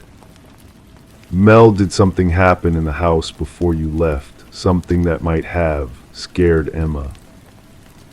Melissa's expression shifted subtly. "What do you mean?" "She's been drawing this figure, a man with a screaming face. Says he watches her from my bedroom. Was there ever anyone who might have frightened her?" A long silence stretched between them, interrupted only by Emma's humming as she colored a new picture a few feet away. "There was someone," Melissa finally said, her voice barely above a whisper. "Not in your house, in our old apartment. A boyfriend briefly. Ryan, he had issues, anger problems. He never hurt Emma physically, but he would stand in her doorway at night sometimes. I caught him once just watching her sleep. It was disturbing. I ended it immediately, but Emma saw us arguing. He was screaming in her face before I could get him out." She paused, tears welling in her eyes. "I never told you because I was ashamed. It was during that bad period, right before the arrest." "Did he have access to keys? Could he have followed you to my place?" Melissa shook her head firmly. "No, absolutely not. He didn't even know where you lived. And anyway, he's dead, Sarah. Overdosed about 1.5 years ago. I heard about it through a mutual friend." The drive home was quiet, Emma falling asleep in the backseat while Sarah's mind raced with questions. If Melissa's ex-boyfriend was dead, who was Emma seeing? Was it truly just a manifestation of trauma, her young mind projecting a frightening memory into her current safe space? When they arrived home, dusk was settling over the neighborhood. Sarah carried the sleeping Emma to her bedroom, carefully removing her shoes before tucking her under the covers. She stood watching her niece for a few moments, struck by how peaceful she looked in sleep, how innocent. Back in the living room, Sarah noticed Emma's folder of drawings on the coffee table. Curiosity overcame her, and she opened it to find about 12 pictures. Most were typical childhood scenes: flowers, animals, houses. but one caught her eye, a drawing of what was clearly meant to be their house, but with a shadowy figure standing at the window. The face was the same as in the original drawing, mouth open in that terrible scream. Sarah turned the paper over and froze. Written in awkward, childish handwriting were the words, "He knows about the cameras." A noise from her bedroom startled her, a soft thud as if something had fallen. Heart pounding, Sarah walked slowly down the hallway. The door to her room was ajar, though she was certain she'd left it closed. She pushed it open wider, fumbling for the light switch. The room appeared empty, everything in its place, but the clock camera she'd installed had been moved, now facing the wall. As she reached to adjust it, Sarah noticed something on her pillow, her mother's silver bracelet, which she was currently wearing on her wrist. She looked down, her wrist was bare. The security footage from that night revealed nothing conclusive. At 7:42 p.m., the camera in Sarah's room suddenly shifted position, as if knocked by an unseen force. The view changed from showing the entire room to just a blank wall. At that exact moment, the camera in Emma's room experienced a brief power fluctuation, the image cutting out for 3 seconds before resuming normally. Local police detective Marcus Reeves reviewed the footage the next day after Sarah made a report about a possible intruder. He walked through the house methodically, checking windows, doors, and potential entry points. He found nothing to suggest a break-in. "Ms. Keller, all your locks are intact, your security system hasn't recorded any breaches, and there are no signs of forced entry," he explained gently. "I understand you're concerned, especially with a child in the house, but there's no evidence anyone else has been here." "Then how do you explain the camera moving, the bracelet appearing on my pillow when it was on my wrist?" Detective Reeves hesitated. The camera could have been placed unstably and simply shifted. As for the bracelet, he paused. "Is it possible you removed it yourself and don't remember doing so? Stress can do strange things to memory." Sarah knew how it sounded. She was beginning to doubt herself, wondering if the detective was right, perhaps anxiety over raising Emma, the responsibility of caring for her traumatized niece, was causing her to experience her own psychological issues. That night, after ensuring every door and window was locked, Sarah sat Emma down for a serious conversation. "Sweetheart, I need you to tell me the truth about the watching man. Is he real, or is he someone you imagine?" Emma looked at her aunt with solemn eyes. "He's real, but he's not bad, Auntie Sarah, he's sad." "Why is he sad, Emma?" "Because no one can see him but me, and because he can't find his way home." Does he talk to you now?" Emma nodded. "Sometimes. He told me his name is Patrick. He used to live here a long time ago, before we did." A quick online search later revealed that a Patrick Morrow had indeed owned the house before Sarah's parents purchased it 15 years earlier. According to county records, he had sold the property and moved to Arizona. Further searching found an obituary. Patrick Morrow, age 67, had died in Phoenix 3 years ago, around the same time Emma had come to live with Sarah. The coincidence was unsettling. Sarah had never mentioned the previous owner's name to Emma. There was no way the child could have known. The following morning, Sarah called Dr. Landon again, scheduling an emergency session.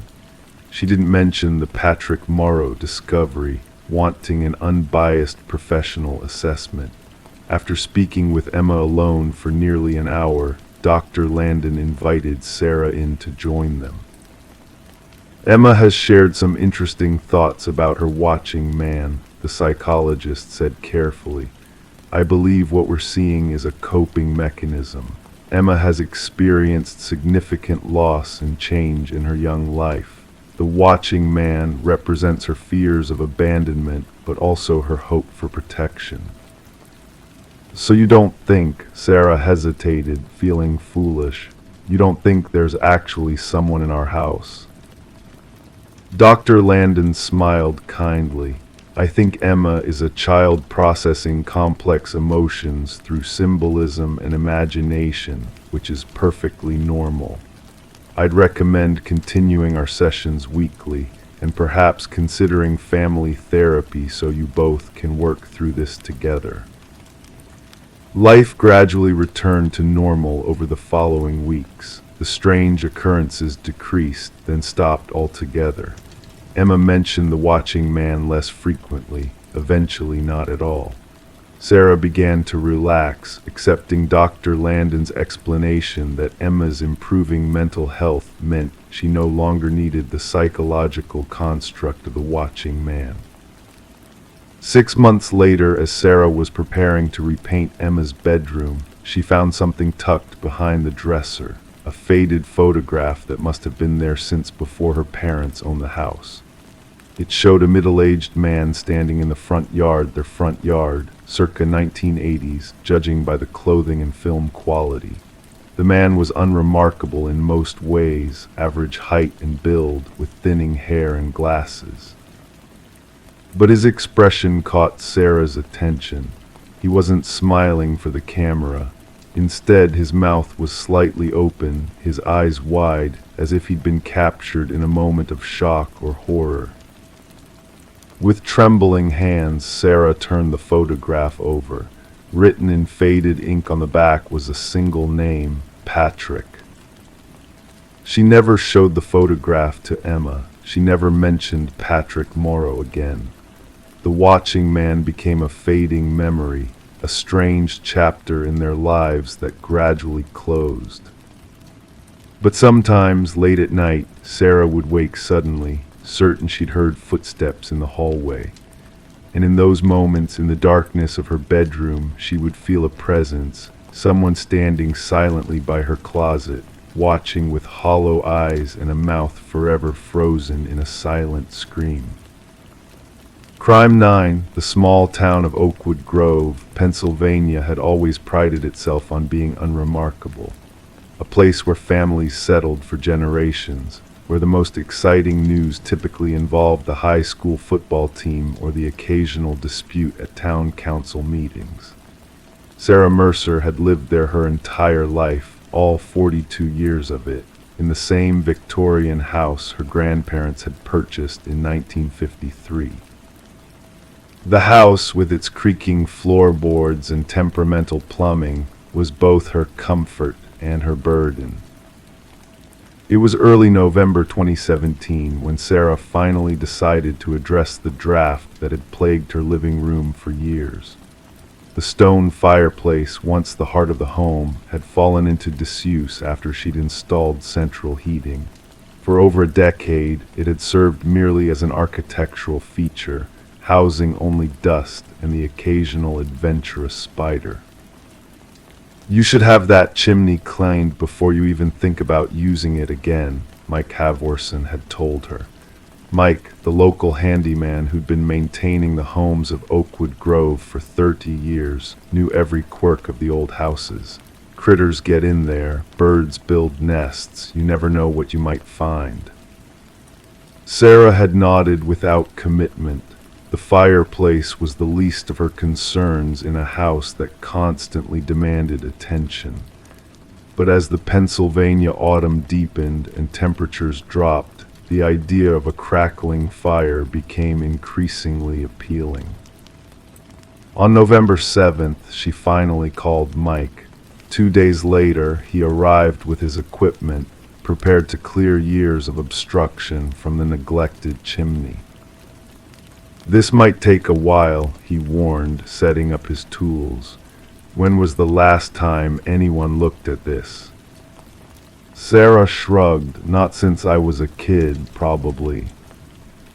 Mike worked methodically, the scraping sounds of his tools echoing through the otherwise quiet house. Sarah had taken the day off from her job at the local library to supervise the cleaning, though she mostly sat at her kitchen table, catching up on paperwork. The heavy thud startled her. "What was that?" she called, setting down her coffee mug. Mike didn't answer immediately.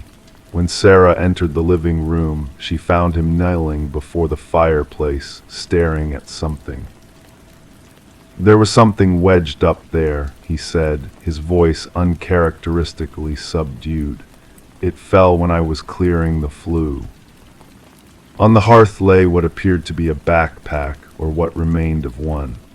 The once bright blue fabric had faded to a sickly gray, covered in soot and what looked like mildew.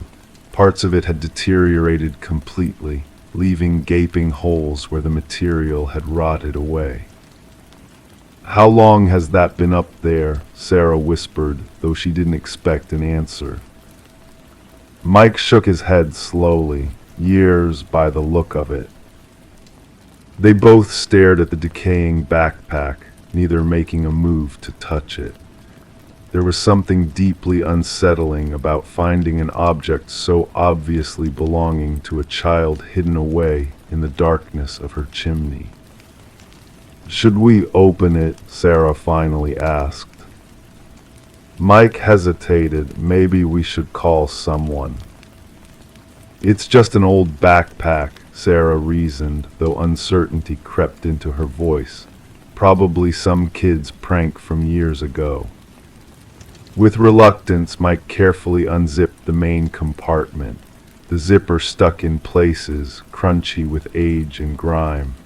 As it opened, a musty smell filled the room, the unmistakable scent of long-abandoned possessions. Inside were children's clothes, a small t-shirt with a faded superhero logo, a pair of jeans, socks bundled together. A cracked Game Boy, the screen obscured by dirt, lay nestled among the fabric, and at the bottom, partially protected by the clothing, was a folded piece of paper. Mike hesitated before touching it. "Go ahead," Sarah urged, kneeling beside him now. With careful fingers, he unfolded the paper. The message inside was written in red ink, the handwriting childish but deliberate. "If you find this, tell my mom I was real." Sarah felt a chill that had nothing to do with the November air seeping through her windows. "What does that mean?" she whispered. Mike shook his head again, placing the note gently on the hearth. "I don't know, but I think we need to call the police." Officer Dennis Reeves arrived 40 minutes later. He was young, new to the force and to Oakwood Grove, and treated the discovery with a seriousness that Sarah found both reassuring and alarming. "No reports of missing children in Oakwood Grove that I know of," he said, carefully placing the backpack and its contents into evidence bags. "But I'll check the records going back a few decades. The Game Boy might help us narrow down the time frame." Sarah nodded, watching as each item disappeared into a labeled bag. "It's strange," she said. "I've lived here my whole life. This was my grandparents' house before mine. I don't remember any missing children cases." Officer Reeves glanced up at her. "Sometimes cases don't make headlines, especially in small towns, and this could be from anywhere. Someone could have." He trailed off, clearly unwilling to speculate. "Could have what?" Sarah pressed. The officer sealed the last bag, the one containing the note. "Let's not get ahead of ourselves. We'll run some tests, see if we can find any identifying information." After Officer Reeves left, the house felt different to Sarah. Colder somehow, despite the heating system humming efficiently. She found herself staring at the fireplace, wondering how long the backpack had been lodged there and who had hidden it. That night she couldn't sleep. The child's handwriting kept appearing in her mind. If you find this, tell my mom I was real. The following day, Sarah called in sick to work and drove to the local historical society. If anyone would know about old missing persons cases in Oakwood Grove, it would be Alina Winters, the town's unofficial historian. Alina, a woman in her 70s with sharp eyes behind thicker glasses, listened intently to Sarah's story. "No missing children that I recall," she said, tapping her fingers against the desk. "But the note, that's peculiar. Tell my mom I was real," as if someone had denied the child's existence. Sarah nodded. "That's what bothered me too." Alina's eyes narrowed slightly. "You know, there was a family that lived in your house before your grandparents, the Conrads, I believe. They moved away rather suddenly in the early 1950s. I was just a girl then, but I remember there was talk." "What kind of talk?" "The kind that stops when children enter the room," Alina said. "But I had the impression it had something to do with their daughter. She was sickly, as I recall, kept home most of the time." Sarah leaned forward. "Do you remember her name?" Alina closed her eyes briefly. "Lucy, I think. Yes, Lucy Conrad." That afternoon, Sarah received a call from Officer Reeves. "We've examined the items," he said. "The Game Boy is a model from the early 1990s. The clothes are consistent with that era as well." Sarah frowned. The 1990s, but the family that Alina mentioned lived in the house in the 1950s. "What family?" Sarah quickly explained what she'd learned from Alina. "Interesting," Officer Reeves said, "but it doesn't match our timeline. The backpack and its contents are much more recent.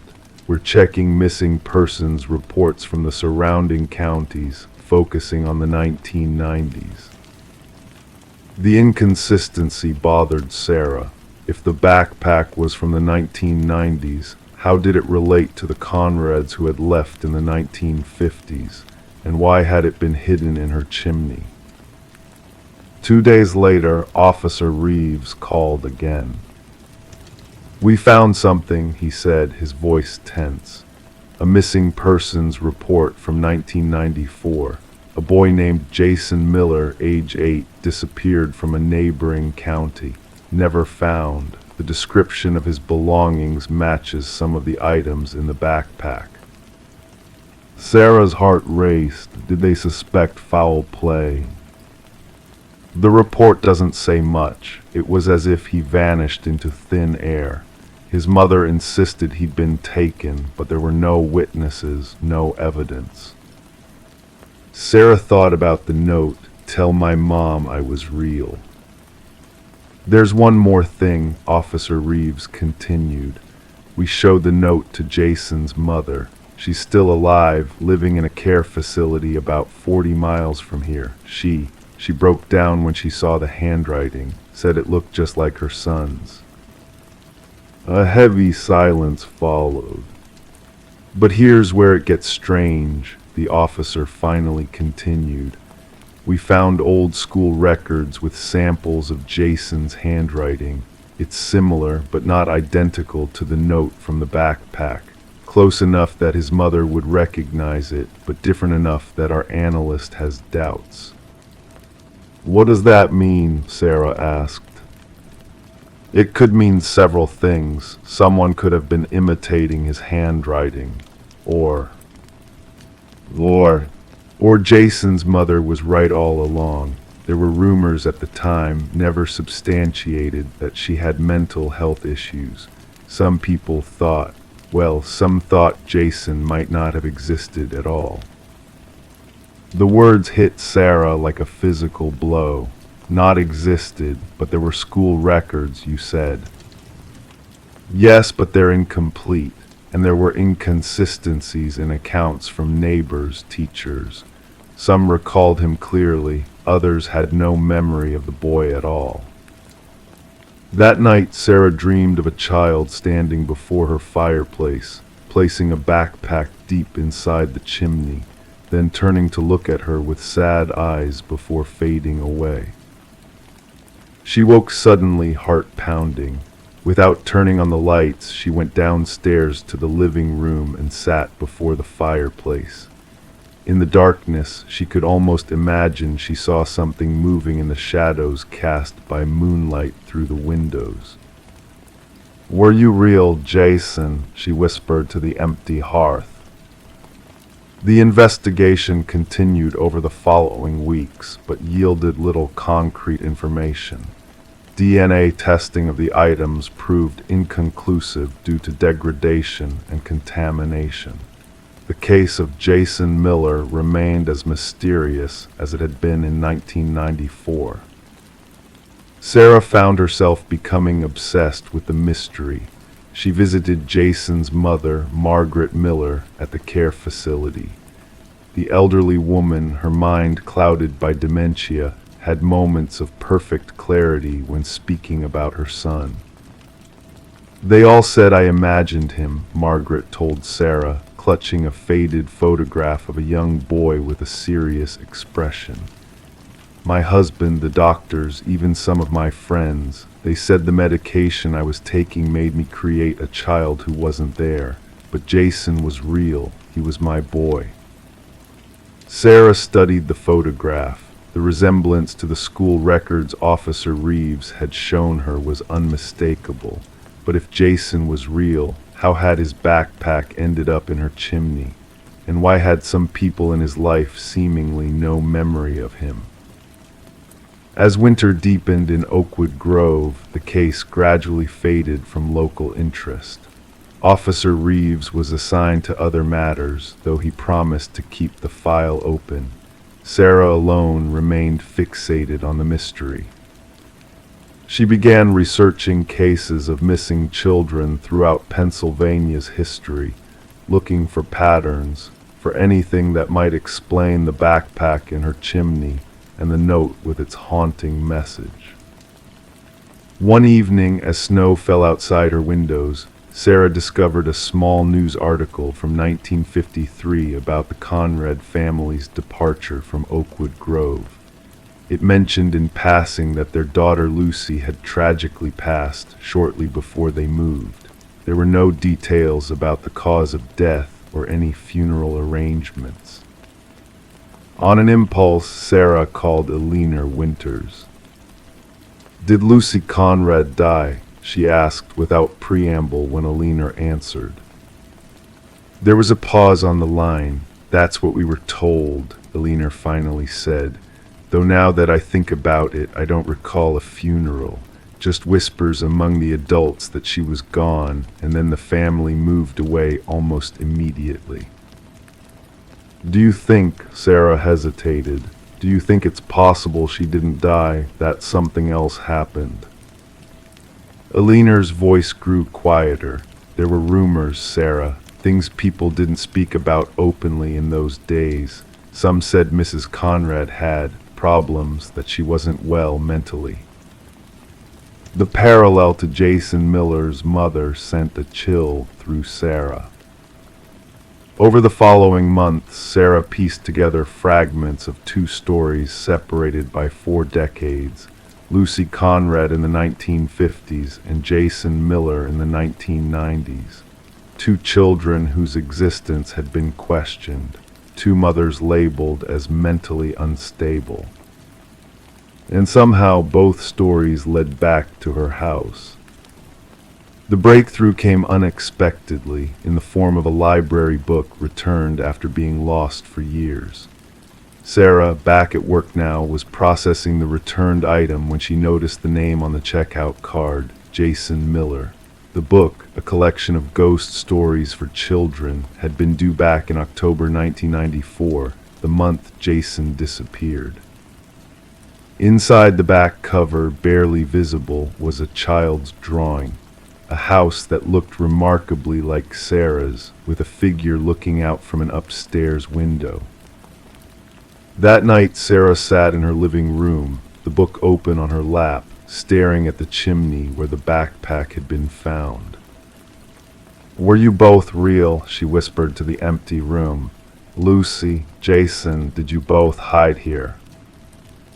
No answer came, of course, just the settling sounds of the old house and the distant howl of winter wind. In the spring of 2018, Margaret Miller passed away peacefully in her sleep. At the memorial service, attended by only a handful of people, Sarah met a distant cousin of the Millers who had brought a box of family photographs. "I thought you might like to see these," the woman said, handing Sarah an envelope, "since you took such an interest in Jason's case." Inside were school photographs, holiday snapshots, birthday celebrations, all featuring the serious-faced boy Sarah recognized from Margaret's photograph. Evidence of a life lived, evidence that Jason Miller had been real. As Sarah drove home from the memorial service, a thought occurred to her that she couldn't shake. What if both children had been real, but somehow forgotten? What if there was something about her house, about Oakwood Grove itself, that allowed children to slip through the cracks of memory and record? She never found definitive answers. The backpack remained in police evidence storage. The note, "If you find this, tell my mom I was real," continued to haunt her thoughts. Sarah never used the fireplace.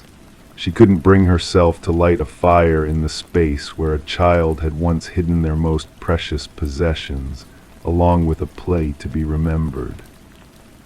Sometimes on quiet nights, she would sit in the living room with the lights off, watching the empty hearth, wondering if somewhere in the shadows of her house, the truth about Lucy Conrad and Jason Miller was still waiting to be discovered.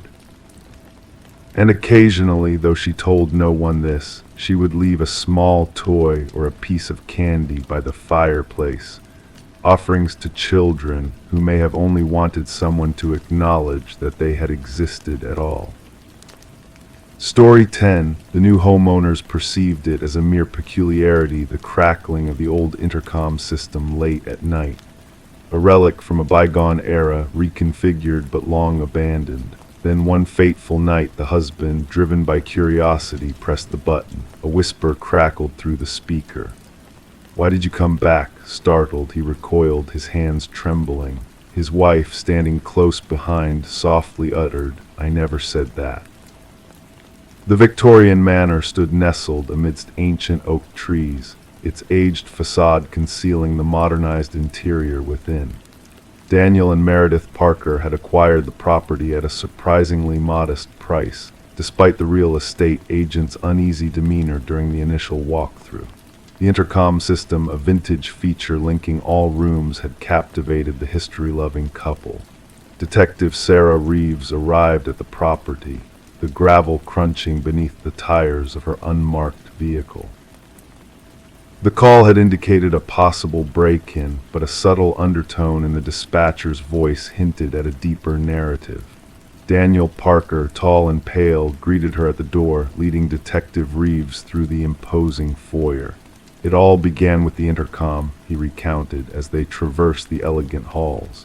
Initially just static, then whispers, eventually complete sentences. My wife thought I was imagining it until she heard it too. In the living room, Meredith sat stiffly on an antique sofa, hands wrapped around a steaming mug left untouched. "We found something hidden behind the wall," she disclosed abruptly. Daniel wanted to expand the kitchen pantry, and when he removed the drywall, her voice wavered. Concealed behind the wall, enshrouded in deteriorating plastic, lay a small leather-bound journal. Detective Reeves donned gloves before delicately unfurling its fragile pages. The script, both graceful and frenzied, belonged to a woman named Alina, the presumed previous owner. The entries chronicled her escalating suspicion that her husband Vincent harbored sinister intentions towards her.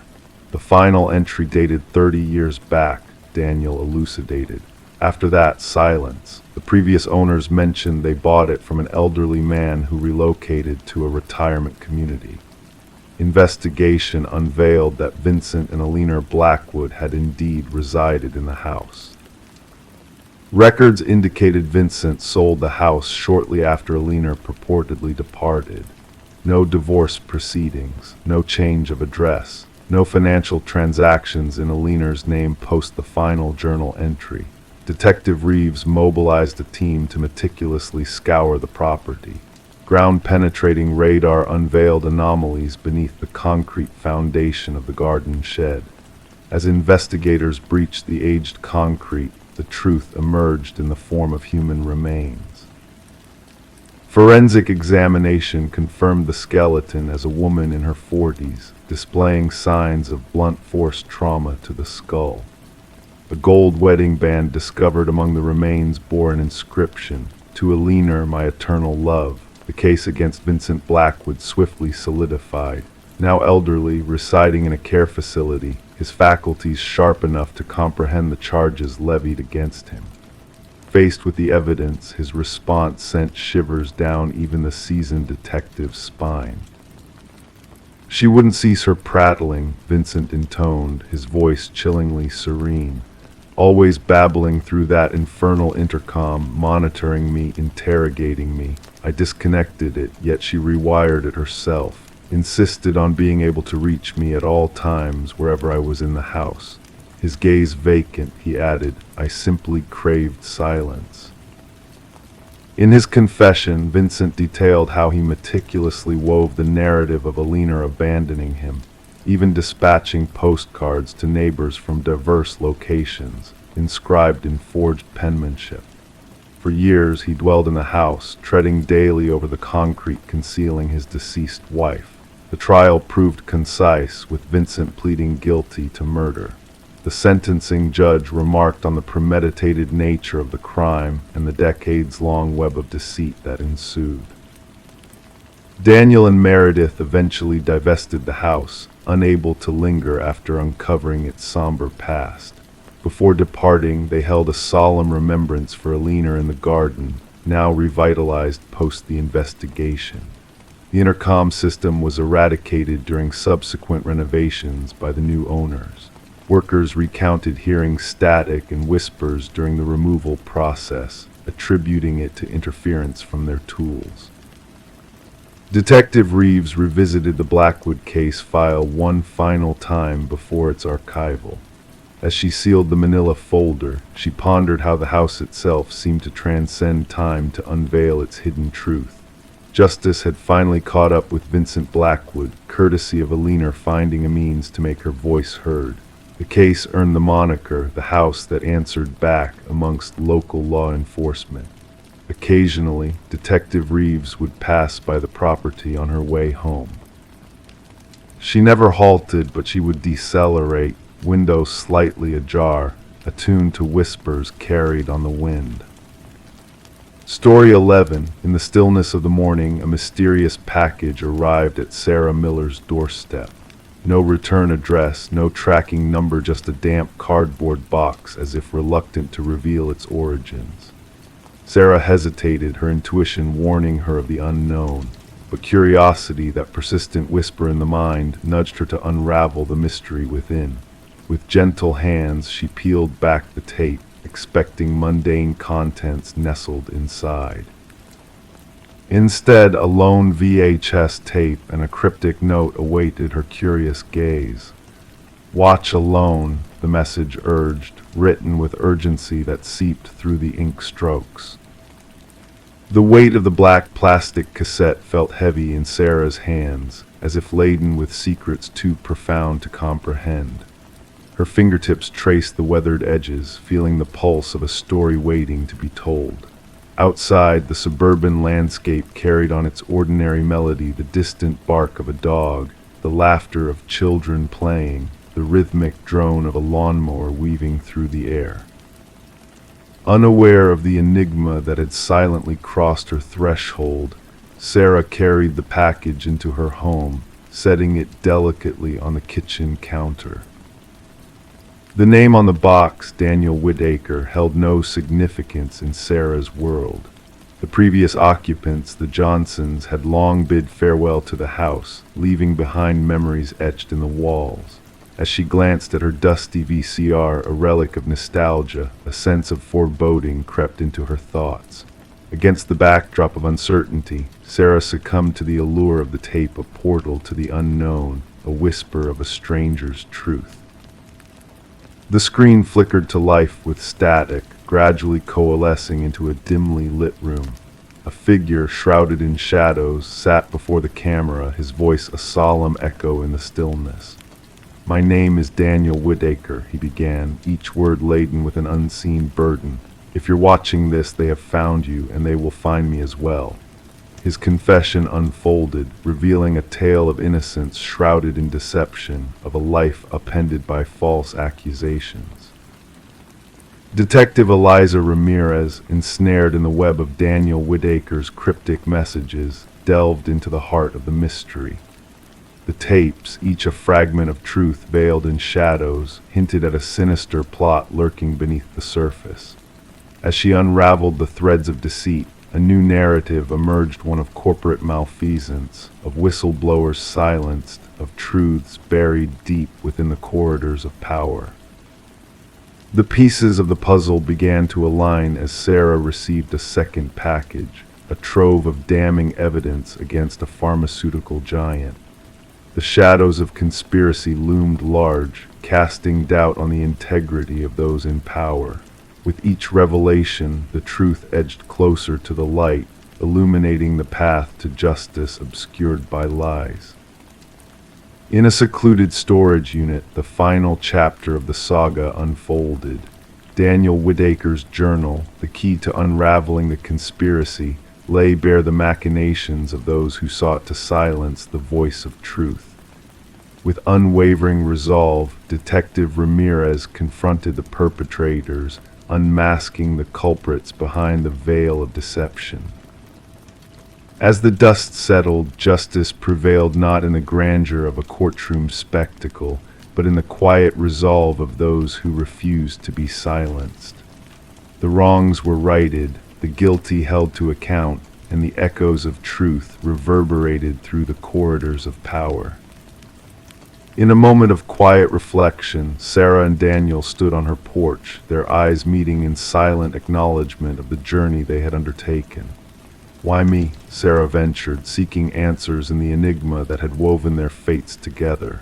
Daniel's gaze held a glimmer of resignation, a testament to the complexities of fate. "The algorithm chose you," he replied, a whisper carried on the wind of uncertainty. In a world where truth is a rare commodity, sometimes it takes a stranger's hand to unveil the hidden tapestry of lies. And so the VHS tapes, the harbingers of truth in a world veiled in shadows, stood as testaments to the resilience of those who dared to seek the unknown, to unravel the mysteries that lay dormant in the recesses of the human heart.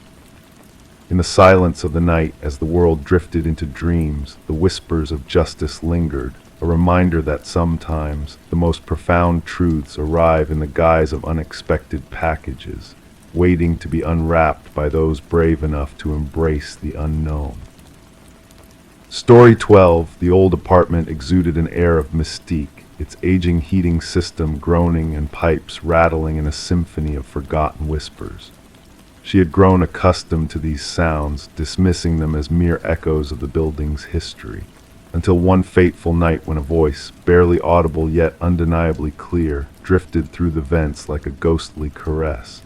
It wasn't the usual background noise of daily life. It was a beckoning whisper, calling her name from the shadows of the walls.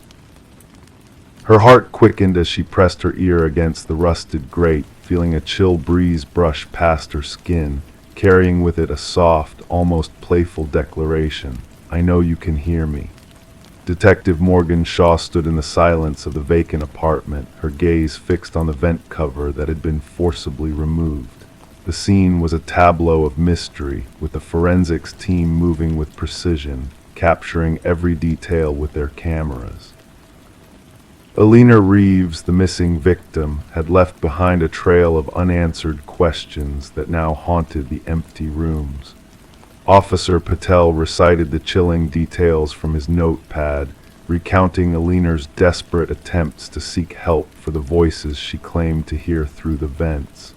The building management had dismissed her pleas, attributing them to the building's aging infrastructure. As Shaw knelt beside the vent, tracing the deep scratch marks left by frantic fingers, a sense of unease settled over her. The apartment bore witness to Alina's growing paranoia in the days leading up to her disappearance. Her life, once vibrant and full of warmth, now painted a picture of fear and isolation. The clues within the apartment painted a harrowing portrait of a woman tormented by invisible forces. Fibers from her favorite cardigan caught in the vent, a mysterious fingerprint on the inside of the cover. Each piece of evidence whispered of a sinister presence lurking within the walls. Listening to the haunting audio recordings from Alina's phone, Shaw felt a shiver run down her spine. The voice on the recordings, faint and chilling, seemed to weave a web of darkness around the tragic events that had unfolded within the apartment's walls. Delving into the building's history revealed a pattern of tenants fleeing in fear, tales of strange noises and hallucinations echoing through the years. The enigmatic building superintendent, Harold Weber, emerged as a key figure in the unfolding mystery, his calm facade masking a deeper connection to the horrors within. A hidden passage discovered in Alina's bathroom unveiled a chilling secret, the presence of a voyeur living within the walls, watching, waiting, whispering. Shaw's instincts led her to Weber's meticulously organized files, each one a testament to his twisted obsession with those he had watched from the shadows. The arrest of Weber brought a semblance of closure, but the scars left by his actions ran deep. The families of previous tenants came forward, sharing their own tales of unease and loss, painting a grim picture of lives touched by a malevolent force hidden within the very structure of the building. As the trial unfolded, Shaw bore witness to Weber's chilling resolve, his delusions of a symbiotic bond with the building laid bare for all to see. Despite his conviction, a lingering sense of unease hung over the apartment building, its walls whispering tales of past traumas that refused to be forgotten. Now the once vacant building stands as a silent sentinel, its walls holding secrets that no amount of renovation can erase. Residents come and go, haunted by the echoes of whispers in the night, the groaning of the heating system, and the rattling pipes, an eternal reminder of the darkness that lurks within the shadows of the past. Story 13. The cafe had been his sanctuary for years, same spot, same brew, same tranquility. The barista recognized his face, yet his name remained a mystery to all. Then one day he vanished. When the authorities inspected his usual haunt, they stumbled upon a wallet left behind. Inside, a driver's license revealed a face but withheld a name, an address a void where his identity belonged. Reviewing the security footage, Detective Sarah Mercer found something inexplicable. The man, now dubbed John Doe in the case records, appeared ordinary on screen. Average height, unassuming features, clad in a navy coat with a weathered leather bag in tow. His unremarkable facade made his disappearance all the more eerie. Mercer leaned against the cold metal table, studying the footage once more. The tape showed John entering the cafe during the bustling morning rush, ordering his usual black coffee sans sugar, and settling at a secluded table behind a leafy plant. He sat, pulled out a notebook, and began to write. Occasionally he'd sip his coffee, gazing out the window. Then the pivotal moment arrived. He placed his wallet down, rose, and headed towards the restroom corridor. Yet he never returned. He never exited through any door, vanished into thin air. Replay it, Mercer requested the tech specialist. He never visited the restroom, the specialist remarked. We've scrutinized every camera angle. It's as if he evaporated. Back at the precinct, Mercer spread the wallet's contents on her desk. The license's photo matched the enigmatic man, but the personal details were absent. Blank spaces stared back. Credit cards bore no names, only strings of numbers leading to nowhere when traced. Neatly stacked cash, a receipt from the CAF dated 3 days prior, and a lone business card void on both sides except for a faint gray number. Dialing it, Mercer heard rustling paper before the call abruptly ended. Barista, who had served John for years, offered little insight. He kept to himself, quiet, courteous, tipped generously, perhaps an accent, but his voice was a whisper. Did he interact with anyone here? Mercer inquired. Never, always alone, always scribbling in that notebook. The notebook lay open on the table beside the forsaken wallet, filled with what seemed like coded text. Cryptographers struggled to decipher its contents. Sketches of unfamiliar buildings adorned some pages.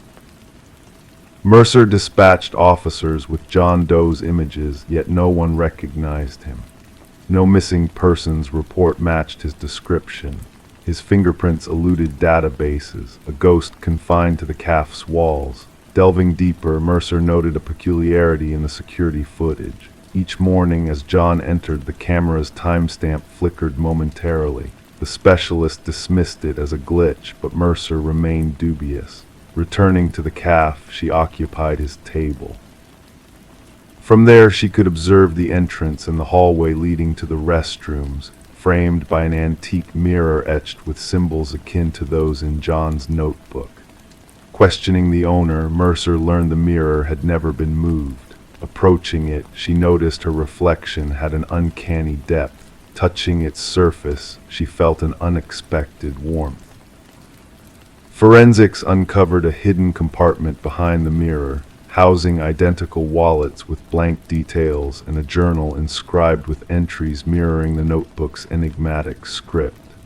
The final entry read, "The experiment must cease. They draw near. The opportunity dwindles." Fingerprints within the hideaway matched John Doe's.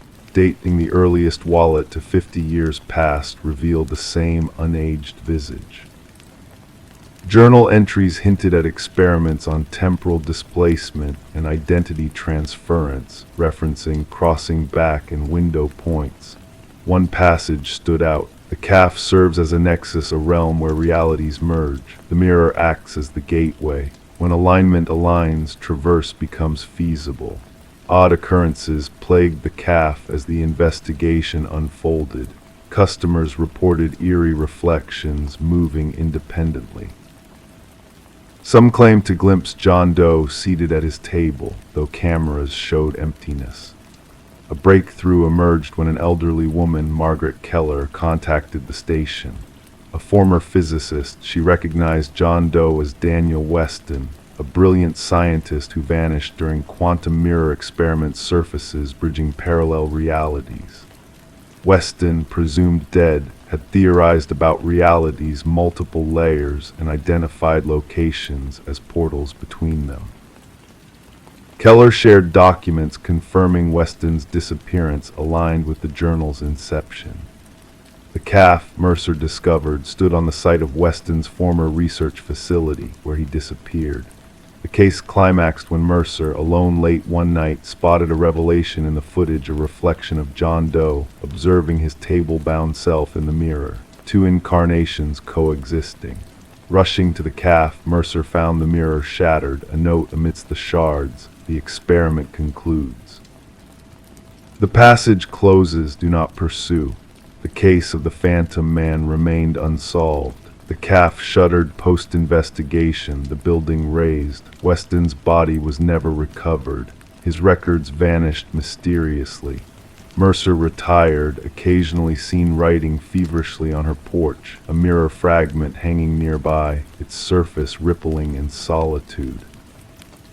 Story 14. In the dimly lit attic, hidden beneath a dusty, tattered blanket, a discovery awaited. It wasn't an ordinary find, but a porcelain doll, its delicate features hinting at a forgotten past. The doll's blue eyes, frozen in a perpetual gaze, seemed to hold secrets unknown to the young couple, Sarah and Michael, who stumbled upon it. Initially dismissing the doll as just another relic of the past, Sarah and Michael couldn't shake off the feeling of unease that settled over them that night. The air in the house felt heavier, and an eerie silence lingered, unsettling their usual sense of calm. The next morning, a chilling realization dawned upon them. The doll was no longer in the attic where they had left it. Instead, it was perched ominously at the foot of their bed, its presence sending shivers down their spines. Sarah and Michael were no strangers to the whispers surrounding their Victorian house, purchased at auction for its ornate beauty and enigmatic allure. Little did they know that the history woven into the walls held a darkness that would soon entangle them in its web. Detective Rachel Winters, a seasoned investigator, was called to the scene on a crisp autumn morning. The master bedroom unveiled a macabre display. The female victim posed unnaturally, her eyes wide with fear, while the male victim seemed to have met a desperate end in the hallway, as if fleeing from an unseen terror. As Detective Winters meticulously examined the crime scene, a sense of foreboding crept over her. The precision of the victims' positions hinted at a sinister intention, almost as if they were mere puppets in a malevolent puppeteer's hands. The investigation unfolded with a series of eerie accounts from neighbors, each adding a layer of disquiet to the already perplexing case. Whispers of shadows dancing behind curtains and phantom laughter echoing through the empty house painted a disturbing picture of the dwelling's haunted past. Forensic analysis revealed traces of vintage fabrics throughout the house, reminiscent of materials used in antique doll clothing. The absence of any tangible evidence of an intruder only deepened the mystery, leaving investigators baffled by the lack of a physical presence behind the heinous acts.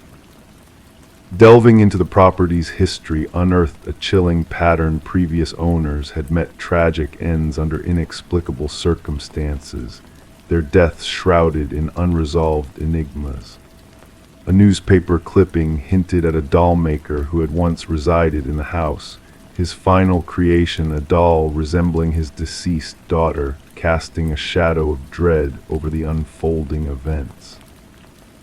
The key breakthrough in the case came when old photographs revealed a startling connection between the doll maker's creations and the porcelain doll found by Sarah and Michael. The images depicted the doll in varying poses, almost as if it held a life of its own, moving between frames with an unsettling fluidity. Infrared scans unveiled a haunting trail of tiny handprints leading from the attic to the master bedroom, accompanied by a mysterious residue that defied classification.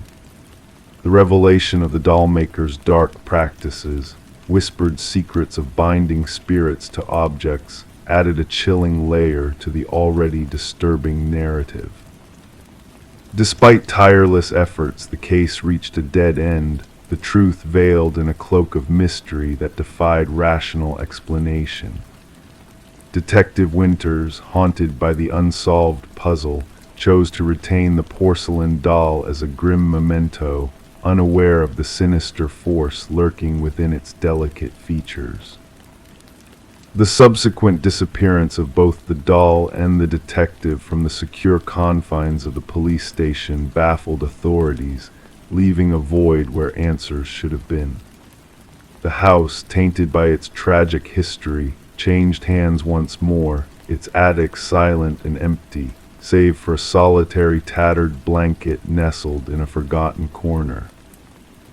The tale of Sarah and Michael, like those before them, faded into the annals of unsolved mysteries, a ghostly whisper in the corridors of time.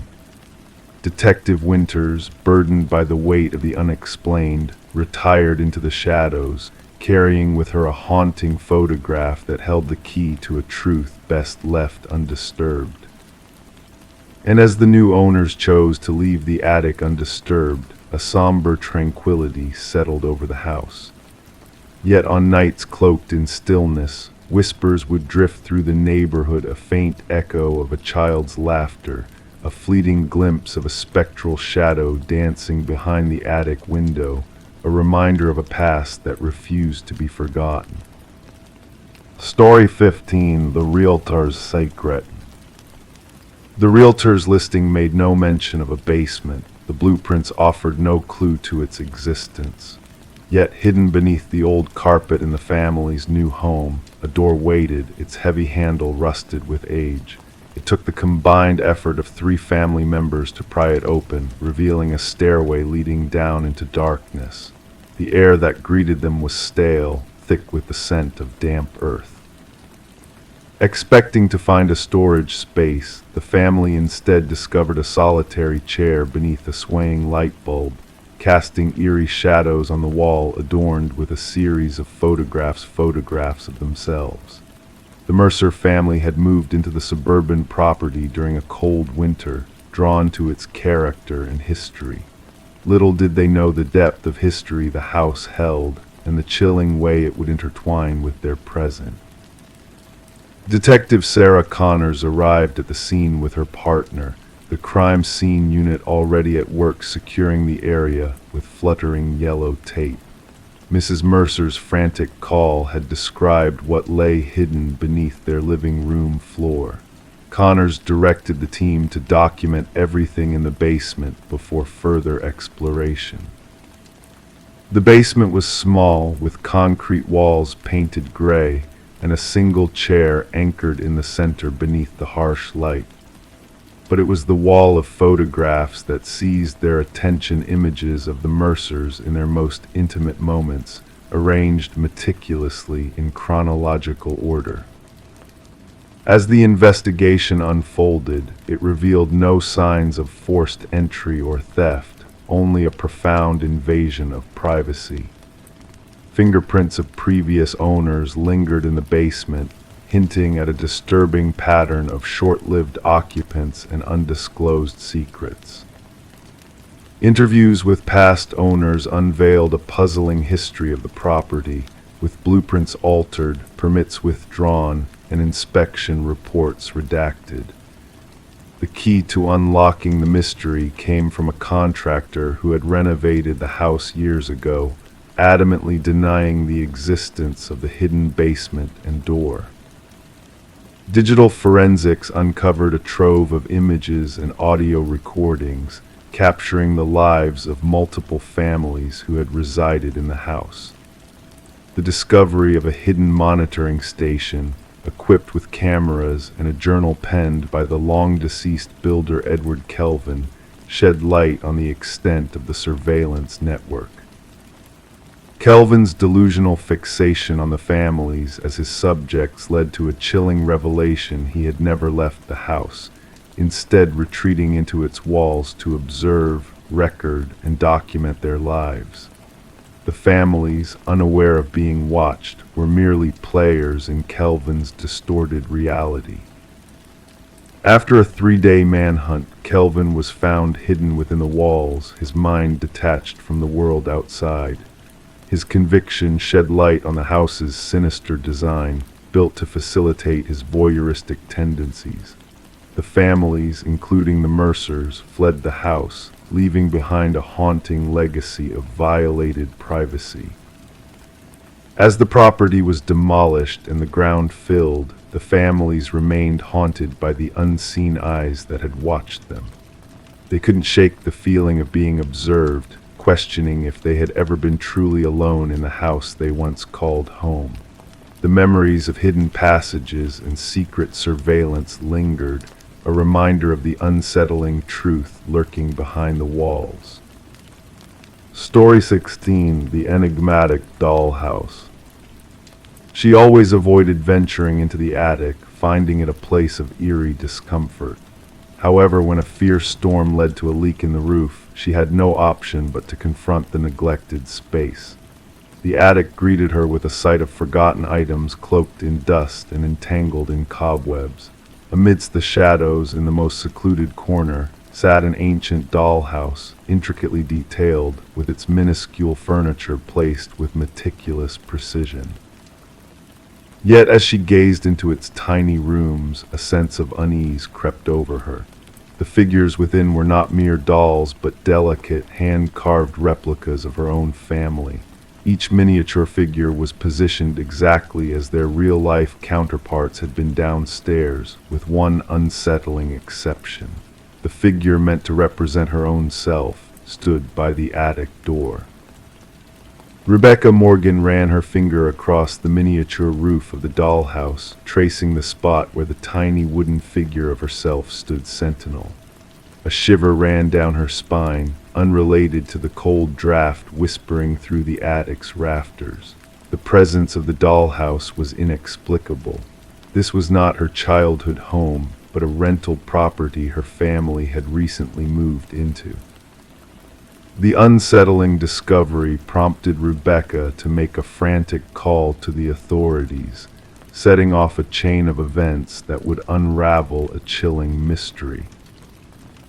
Law enforcement officers responded to the suburban residence, finding a family in distress, huddled in the living room, reluctant to venture back upstairs. Initially, Detective Sarah Harmon dismissed their concerns as a prank or a figment of their imagination in a new environment. However, the intricate details of the dollhouse figures intrigued her. Each tiny replica captured unique features of the family members: the father's receding hairline, the son's favored hoodie, even the mother's small birthmark. The investigation took a sinister turn when forensic teams uncovered fingerprints on the dollhouse that did not match those of the family. Even more disturbing were the microscopic cameras hidden in the eyes of each miniature figure, all connected to a sophisticated surveillance system concealed beneath the dollhouse. Reviewing the Morgan family's movements revealed a disturbing revelation. The positions of the figures within the dollhouse mirrored not just one evening, but various days, implying a prolonged period of observation to learn their routines. "We realized this was beyond mere stalking," explained Detective Harmon. "The level of obsession displayed by the perpetrator was unprecedented in criminal psychology. The discovery of a concealed basement entrance behind a pantry wall led investigators to a makeshift living space where evidence suggested someone had been residing even before the Morgans moved in. Food wrappers, water bottles, and a sleeping bag indicated a covert presence beneath the family's feet for weeks. The absence of forced entry puzzled investigators, as property records revealed the house had been vacant for almost a year before the Morgans arrived. Interviews with neighbors provided little insight, except for a mention of occasional lights observed during the home's unoccupied period. The breakthrough in the case came through digital forensics, tracing the surveillance data to an apartment across town. Inside, walls adorned with photographs of the Morgan family and previous occupants, along with journal entries detailing their daily routines, painted a disturbing picture. The apartment belonged to Martin Wells, the son of the previous homeowners, who had spiraled into debt after his parents' demise.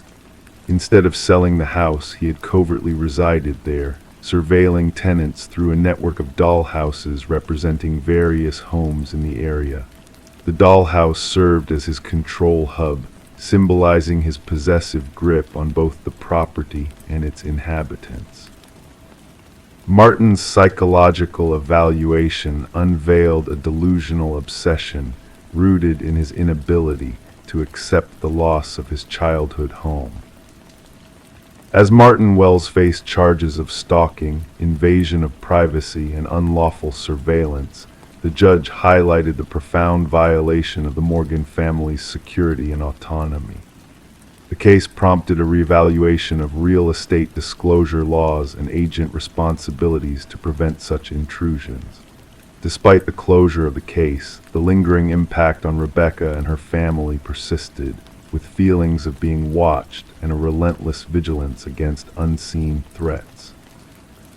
The enigma of the dollhouse and its creator, Martin Wells, serve as a stark reminder of the thin veil between reality and the shadows that lurk within familiar spaces. The tale of the miniature figures, meticulously positioned to mirror lives, stands as a haunting testament to the lengths some may go to maintain control in a world where the line between observer and observed blurs into a chilling nightmare. As Rebecca and her family found solace in a new home far from the haunting memories, the specter of the dollhouse lingered, a reminder of the insidious gaze that once fixated upon them, turning their lives into a macabre plaything in the hands of an unseen puppeteer. Story 17. The ancient box lay buried beneath layers of forgotten belongings in the attic, a relic left behind by the house's former inhabitants. Among the dust and debris were faded Polaroids capturing moments of joy and togetherness, birthdays, family gatherings, snapshots of a bygone era, harmless scenes that stirred nostalgia. Yet, as she reached the final photograph, a sense of unease crept over Rebecca. The image depicted her very own living room, familiar in every detail: the couch, the curtains, all unchanged. But the family portrayed was not hers, and in the background, barely discernible in the dimness, stood a figure in the hallway, a silent observer. A shiver ran down Rebecca's spine as she scrutinized the photo. Her fingers quivered slightly, causing the edges of the picture to tremble.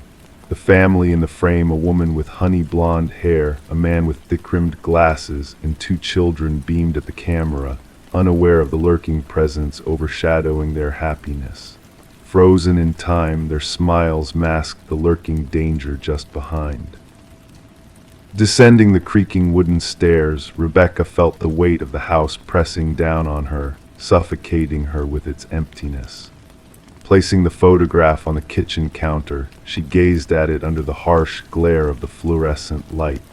The resemblance between her home and the scene before her was undeniable: the archway, the molding, the bay window, yet these people remained strangers. The arrival of Detective Morgan, clad in a worn leather jacket, marked the beginning of a quiet investigation. With eyes that missed nothing, he examined the photograph methodically, tracing the edges with a gloved finger before turning it over to reveal a blank back. "What do you know about the Nelsons who sold you this house?" His voice rumbled low. Rebecca confessed, "Almost nothing. They had already moved out when I bought it." Nodding, Morgan requested to take the photo, hinting at the possibility of identifying the enigmatic family captured in the frame. Delving into the past, Rebecca uncovered the trail of previous owners: Nelsons, Crawfords, Mornos, each preceding the other in a mysterious pattern of fleeting residency. The breakthrough came unexpectedly when a former mail carrier identified the family in the photo as the Sutherlands, who had vanished without a trace years ago. Forensic analysis dated the photograph back 15 years, revealing peculiarities that hinted at a staged scene. But the looming question remained: who was the shadowy figure in the hallway?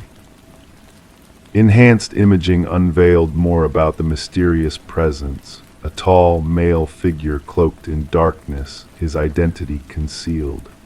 Detective Morgan's investigation unearthed a disturbing pattern of families disappearing after precisely 1 year of inhabiting the house. Rebecca, only 4 months into her stay, found herself entangled in a web of inexplicable vanishings. As the search delved deeper into the house's history, it led to the construction phase overseen by a vanished architect, Samuel Whitfield. A chilling revelation surfaced when a digitally aged photograph of Whitfield bore an eerie resemblance to the figure in the Polaroid. Despite reports of Whitfield's demise in a construction mishap, the evidence suggested otherwise. The basement became the epicenter of the inquiry, where radar scans exposed anomalies beneath the concrete floor. Breaking through, they unearthed a chilling site-preserved remains of all the missing families, including the Sutherlands. Among their belongings lay a camera that had captured the haunting images, along with a journal detailing meticulous observations of the occupants. The final entry, dated just days prior, hinted at a sinister agenda. Rebecca, relocated to a secure hotel, found herself haunted by a late-night call a breath on the line, a click, the whir of a camera. The mystery of Samuel Whitfield and the chilling history of the house remained unresolved, shrouded in darkness and unanswered questions. The house stood silent, a monument to its secrets, while new families elsewhere unknowingly became targets of an unseen watcher. The quest for truth had only just begun, its seekers now the subjects of an ever-watchful gaze. Story 18. The worn plank shifted under her weight, a subtle movement that caught her attention. Intrigued, she knelt down, her fingers tracing the edges, sensing the hidden void beneath. The floor, once solid, now whispered secrets of a concealed space. With gentle precision, she lifted the boards, unveiling a dark, mysterious chamber beneath her new abode. Dust and cobwebs greeted her at first, but as her eyes adjusted to the dimness, shapes emerged from the shadows. A mattress, a chair. And nestled in the corner, a weathered notebook, its pages filled with a haunting repetition of a single name her own. Detective Morgan Reed stood silently behind Sarah Coleman, observing the turmoil in her gaze as she peered into the darkness below. Beyond the mere discovery of a hidden room, Sarah's eyes reflected a deeper fear of violation of her sanctuary, an unwelcome intrusion of malevolence into what should have been a fresh beginning. Touch nothing, Detective Reed's voice was steady, a beacon of calm in the eerie stillness. She clicked on her flashlight, casting a beam that unveiled more of the clandestine space. Walls adorned with surveillance photographs, capturing Sarah's every move coming and going, conversing with friends, a shrine of obsession meticulously preserved beneath her very feet. Sarah had acquired the quaint cottage from the estate of a reclusive man named Walter Green, who had departed this world with no kin to mourn him. The property, vacant for months, had beckoned to her with promises of charm and minor renovations. No hint of the hidden secrets lurking beneath had surfaced during inspections or negotiations. I never met him, the previous owner. Sarah's voice was barely a whisper. Neighbors claimed he was a recluse. I was told the basement access had been sealed off long ago. It was in the inspection report. As crime scene investigators descended upon the scene, their tools clattering against the wooden floor, they meticulously documented every detail, extracting the mattress, chair, and notebook from the covert chamber. Forensic analysis unveiled a plethora of fingerprints, all belonging to the late Walter Green. Yet what sent shivers down the spines of the investigators was the timeline they pieced together. Walter had been surveilling Sarah for years before his demise, blending into her world unnoticed, a silent observer of her every move. The fixation was intensifying. The department psychologist's words lingered in the air during a somber briefing. From fantasy to preparation, the hidden room suggests a sinister intent, a plan taking form. Detective Reed's inquiries led her to a former coworker of Walter's, a man uneasy, toying with his wedding band as he spoke. Walter mentioned her sometimes, he confessed. Said she reminded him of someone. I thought it was harmless, the ramblings of an old man with a crush. I never imagined. His voice trailed off into silence, haunted by memories he dared not voice. A search of Walter's untouched workplace locker revealed a key that unlocked a storage unit registered in his name. The metallic door rolled open with a grating protest, revealing a chilling sight. a replica of Sarah's former life, meticulously recreated within the confines of the unit, her furniture, her belongings, a mannequin mimicking her presence at a desk. The calendar marked a date that loomed ominously close, a date circled in red ink with a single word etched across it: together. Walter's troubling past surfaced a history of institutionalization stemming from an obsession with a teacher, a diagnosis of erotomania, a delusion of love unreciprocated.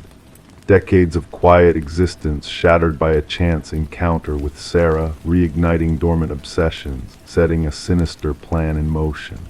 Photos of the crime scene scattered across the table, Reed's voice somber as she pieced together the tragic narrative. In his mind, they were destined to be together. He died believing in a connection that never existed. As Sarah bid farewell to the tainted dwelling, opting for a fresh start far from the shadows of her past, she couldn't shake the chilling what-ifs that haunted her. The house was sold, the hidden rooms sealed, the floorboards replaced. Life marched on, oblivious to the darkness that had once lurked beneath the floorboards. Yet for those privy to the truth, the tale of the hidden chamber beneath the floor served as a haunting reminder of the unseen perils that linger, of monsters that fade before justice can grasp them, and of the fragile line that separates the living from the lost. Story 19. The river flowed lazily that morning, its surface smooth and serene, reflecting the early light like a liquid mirror. The fisherman, lost in his thoughts, nearly overlooked the peculiar sight of a lone suitcase bobbing gently near the shore. At first glance, it seemed like nothing more than a discarded heap of old garments, abandoned by the water's edge. But as he approached, a noxious odor assaulted his senses, thick, oppressive, impossible to ignore. The case was encased in chains, its once shiny edges now corroded by the elements. When the authorities pried it open, they were met not with fabric but with the chilling sight of hair, fingers frozen in a macabre grip, and at the bottom a cryptic message awaited: "This isn't the first." Detective Sarah Mercer arrived at the scene, a handkerchief pressed to her nose as she surveyed the grim tableau before her. The victim, a woman in her mid-30s named Catherine Walsh, lay there, her dark hair tangled and her pallid skin marred by the water's touch. The medical examiner worked meticulously, documenting every detail with precision before the body was solemnly taken away. What struck Mercer most was not the brutality of the crime, but the eerie care with which the victim had been presented: manicured nails, freshly styled hair, adorned in expensive attire. "She wasn't murdered here," Mercer murmured, her gaze fixed on the gentle lapping of the water against the muddy bank. "She was arranged, deliberately showcased." Catherine Walsh, a successful real estate agent known for her expertise in selling luxury properties, lived a solitary life in an upscale neighborhood. Divorced, childless, she was described by her colleagues as ambitious, meticulous, and fiercely private. Her disappearance had been noted by her assistant, who insisted she would never miss a crucial appointment that could have secured her largest commission to date. As investigators delved into Walsh's meticulously maintained modernist home, they encountered a pristine environment where everything was meticulously in place. Designer furniture exquisitely arranged, surfaces devoid of any hint of dust, and a refrigerator stocked with neatly labeled meals for each day. However, a discrepancy caught their attention in her home office, a slightly open drawer revealing a leather-bound journal. The final entry sent shivers down their spines. "He's watching again." The same car, different plates. Further exploration into Walsh's digital footprint uncovered a series of unsettling emails from unknown senders, all bearing the ominous message, "I see your perfection." Sent at identical times on various days, these messages hinted at a disturbing obsession with the victim.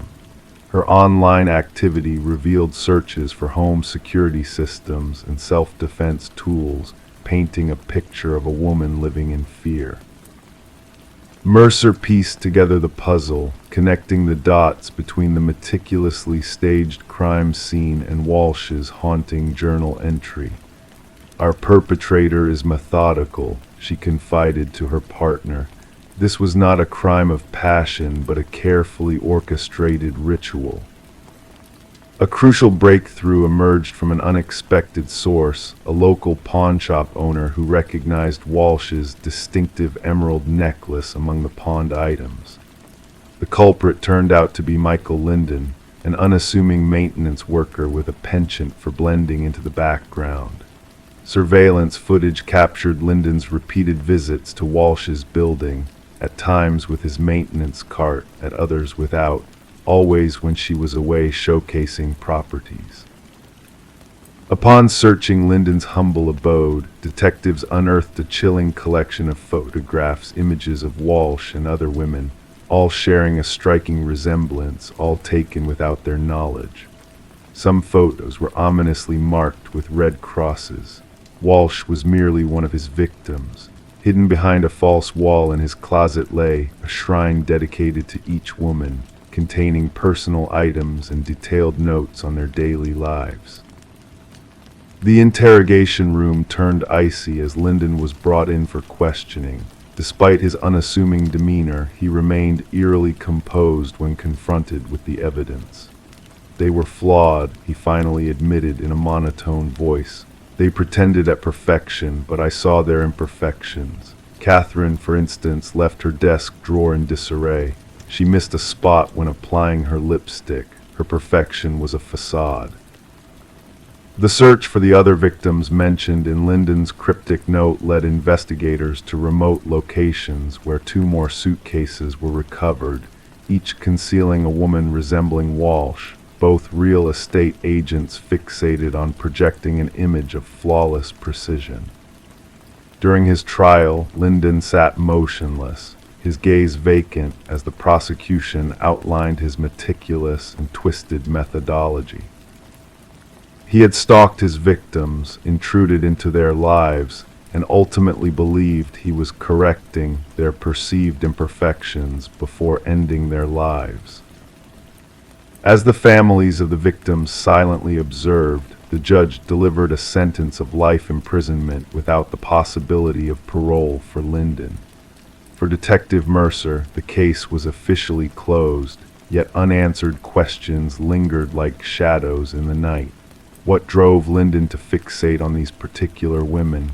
What inner demons was he attempting to exorcise through his gruesome acts? The river continued its unhurried journey downstream, carrying away all traces of the tragedy that had unfolded along its banks. But in the quiet of the precinct, on Mercer's desk, lay copies of those haunting notebooks, a stark reminder that beneath the facade of normalcy, darkness could reside, waiting to surface. And in the stillness of the night, hidden predators prowled among us, their eyes keenly attuned to any hint of imperfection, waiting for the moment to strike. Story 20. She stood in front of the mirror, her hand gently wiping away the steam that veiled her reflection. Her features appeared as they should, her attire unchanged. Yet an unsettling feeling crept over her with each passing moment. A flicker caught in the corner of her eye, a presence not of her own making. Turning away, she expected her reflection to follow suit, but it remained still, fixated on her every move. This eerie encounter marked the beginning of Rebecca Thorne's inexplicable journey, a tale that would baffle investigators and haunt a community for years to come. Residing alone in a modest apartment within a serene suburban enclave, Rebecca was known as methodical and reserved, keeping to herself while maintaining amiable relations with her neighbors. Her occupation as a data analyst for a mid-sized firm dictated a life governed by routine and precision. No one could have foreseen that she would become the focal point of one of the most puzzling criminal investigations in recent memory. The initial signs were subtle. Objects within her living quarters seemed to shift inexplicably, nothing missing, just rearranged. A coffee mug placed on a different shelf, books reorganized, her toothbrush out of place. At first, she dismissed these occurrences as the byproduct of exhaustion from long hours spent scrutinizing spreadsheets under harsh fluorescent lights. It wasn't until weeks of these disturbances culminated that Rebecca finally reached out to the authorities, prompting Detective Marion Shaw's involvement. The detective's initial assessment leaned towards mental health concerns rather than criminal activity, as there were no tangible signs of intrusion or theft. However, the peculiar incident with the bathroom mirror altered the course of the investigation. Rebecca recounted the episode in vivid detail during her subsequent meeting with the police, the disconcerting sensation of her reflection moving independently, the constant feeling of being watched. This time she possessed evidence, security footage from a camera she had discreetly installed, positioned towards her front door. The footage unveiled a chilling revelation. It captured Rebecca leaving for work in the morning, followed by an exact replica of herself entering the apartment 20 minutes later using a key. Forensic scrutiny of the video ruled out tampering or digital manipulation, solidifying the existence of a doppelganger who meticulously mirrored Rebecca's every move. The enigmatic imitator donned her attire, carried her distinctive leather bag, yet managed to evade detection in all other aspects. As the investigation delved deeper, no trace of foreign DNA was uncovered within the apartment, and neighbors reported nothing unusual, merely the sight of Rebecca maintaining her regular schedule. However, a neighbor recalled an instance where Rebecca failed to acknowledge a greeting, an anomaly that raised slight concern. Rebecca, grappling with escalating disturbances, documented each peculiarity meticulously. Food vanished from her fridge, unfamiliar searches appeared on her computer, and unsettling selfies surfaced on her phone, showcasing a subtly distorted version of herself. A breakthrough emerged when a pattern emerged in the security footage, the doppelganger only infiltrated during specific absences tied to prearranged commitments. This revelation pointed towards a calculated surveillance operation rather than random intrusion. A forensic psychologist speculated that the perpetrator could be fixated on assuming Rebecca's identity entirely, a phenomenon documented in psychological literature. The investigation honed in on a former colleague, Lily Winters, who had exhibited erratic behavior before being terminated. Lily's unsettling emails to Rebecca hinted at an obsession with their similarities, escalating to a point where she professed a desire to become Rebecca herself. A search of Lily's residence unearthed a chilling replica of Rebecca's life, a shrine-like bedroom replica adorned with clandestine images and meticulous notes cataloging Rebecca's every move. Lily's disappearance upon the authorities' approach intensified the mystery, leaving behind a chilling manifesto suggesting a sinister intent to overwrite Rebecca's existence.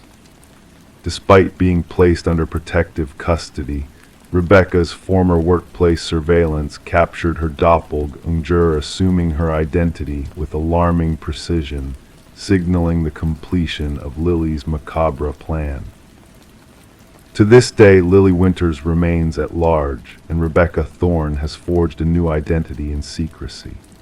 Detective Shaw, haunted by the uncanny resemblance between the two women, keeps a photograph on her desk as a stark reminder of the eerie case. Her words resonate through the precinct, a cautionary tale of the value of one's identity and the dangers of those who seek to claim it for themselves. The story stands unresolved, a chilling testament to the lengths some would go to assume another's life. Story 21, the town held secrets within its whispers, never daring to mention the house that lingered at the edge of the woods. It stood solitary, a silent sentinel with blackened windows, its sagging porch burdened by the weight of forgotten years. No one laid claim to it, no memory lingered of the hands that fashioned its weathered walls. But when a group of hikers strayed too close, their curiosity unveiled a mystery, a list of names deeply carved into the wooden siding, a silent chorus of warnings etched into the very fibers of the house. And at the end of that eerie roster, untouched by time, lay a name unfamiliar to all but one of them. A name whispered in trembling tones. "That's mine," confessed one of the hikers, a shiver dancing down their spine in the fading light of day. As the night draped its cloak over the forest, a call pierced the darkness, a mere trespassing report on the surface. Mason Wright, the lead hiker who discovered his own name etched into the abandoned abode, spoke with a voice laden with disbelief. Responding officers, expecting a mere act of mischief, found themselves plunged into a realm beyond comprehension. Detective Sarah Keller arrived, her flashlight slicing through the shadows to reveal the weathered facade of the house, its surface branded with 27 names running down the eastern wall. Some names blurred with time, others stark and fresh as if carved just moments ago. And at the base, Mason Wright, the letters still fragrant with the scent of fresh wood shavings. "I've never set foot here before," Mason protested, his breath mingling with the chilly air like ghostly whispers. "How can my name be here, a stranger in these haunted woods?" The investigation unfurled like the tendrils of a creeping vine, each name on the list a chilling revelation.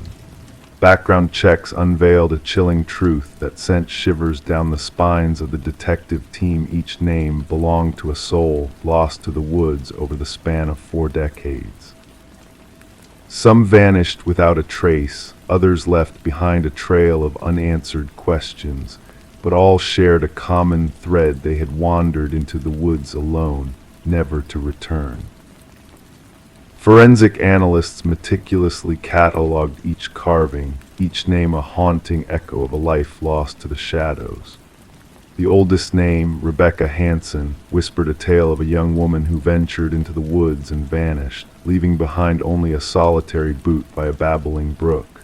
Detective Keller delved deep into Mason's past, seeking connections that eluded reason.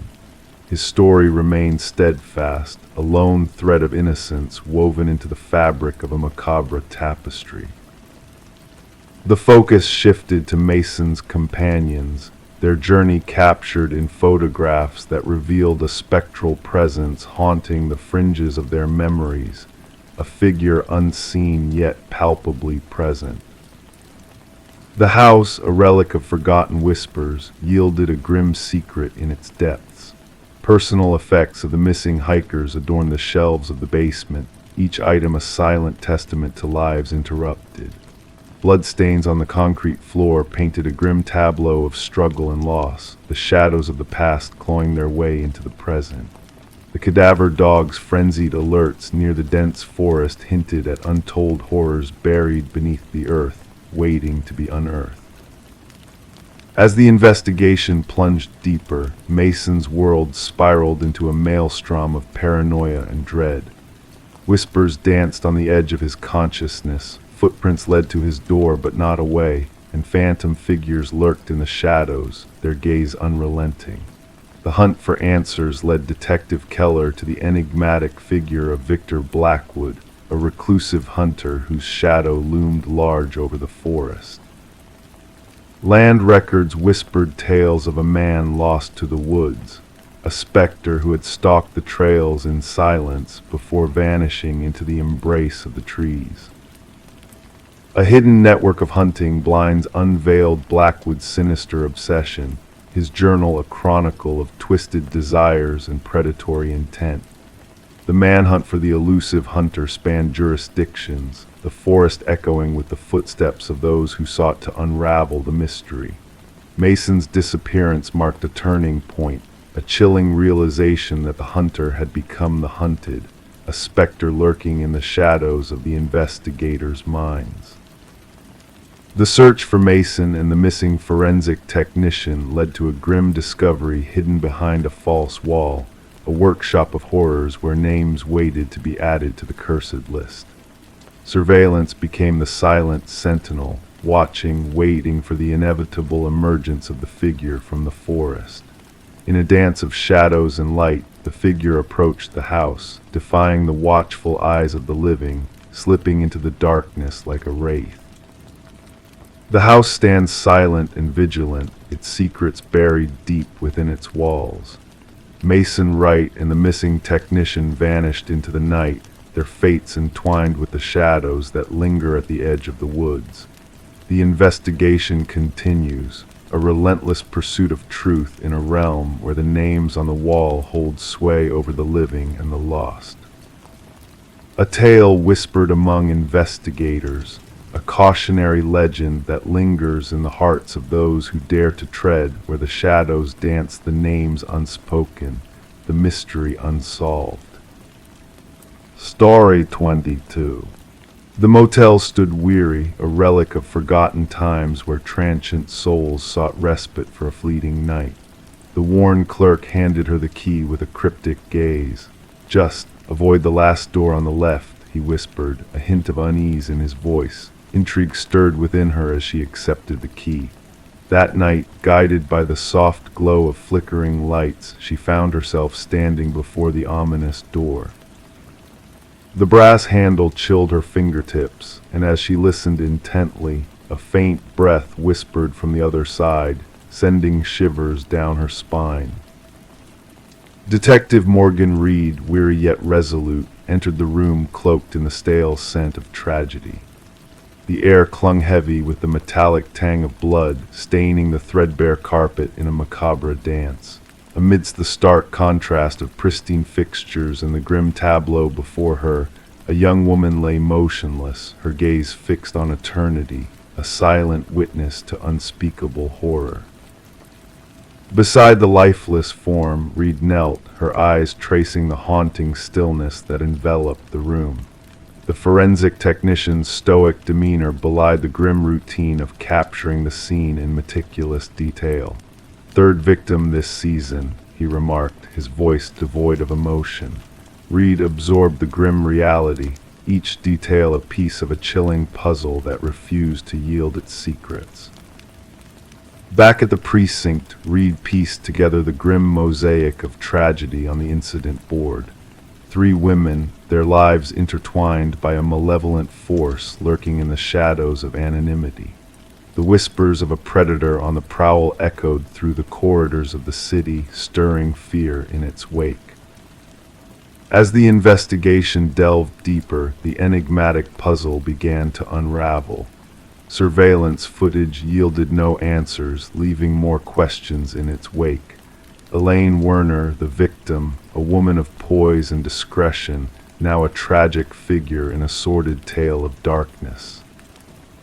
A breakthrough emerged in the form of a whispered confession from Werner's sister, revealing a clandestine affair shrouded in deceit and treachery. The elusive figure known only as C cast a shadow of suspicion over the tranquil facade of Werner's professional life. Reed's pursuit of the truth led her to Charles Emerson, a figure of authority veiled in deception.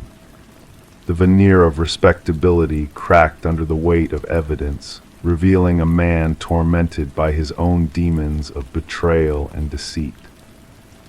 In a courtroom suffused with tension, the facade of Charles Emerson crumbled, laying bare the twisted tapestry of his crimes. The gavel fell, sealing his fate in the annals of justice, yet the void within him remained, a chilling reminder of the darkness that lurked behind the mask of civility. The echoes of the door on the left case reverberated through the collective consciousness, a cautionary tale of human frailty and the abyss that beckons from within. For Reed, haunted by the specter of unanswered questions, the corridors of hotels became a labyrinth of shadows, each door a portal to the unknown. In the silence of the evidence locker, 3 hotel keys stood as silent witnesses to the horrors that transpired, a reminder that some doors, once opened, unleash forces that can never be contained. Story 23. The worn envelope bore the marks of time, its once white corners now tinged with a soft, aged yellow hue. Yet the postage stamp gleamed with freshness, a recent journey imprinted in its ink. With cautious hands, the detective peeled back the seal, revealing a single sheet of paper within. The message, hastily typed in a jagged, hurried script, whispered a haunting confession. I am sorry for what I did. A faint dampness clung to the paper, carrying with it a faint metallic scent that lingered in the air. It was then that Detective Sarah Morgan's eyes caught the reddish smear along the bottom edge, a sinister mark that set her heart racing. It was not the stain of ordinary ink.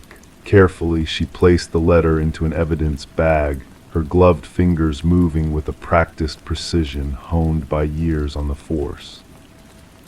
The forensics team's analysis confirmed her suspicions. The reddish hue was indeed human blood, its DNA linking back to an unsolved homicide that had cast a long shadow over the department.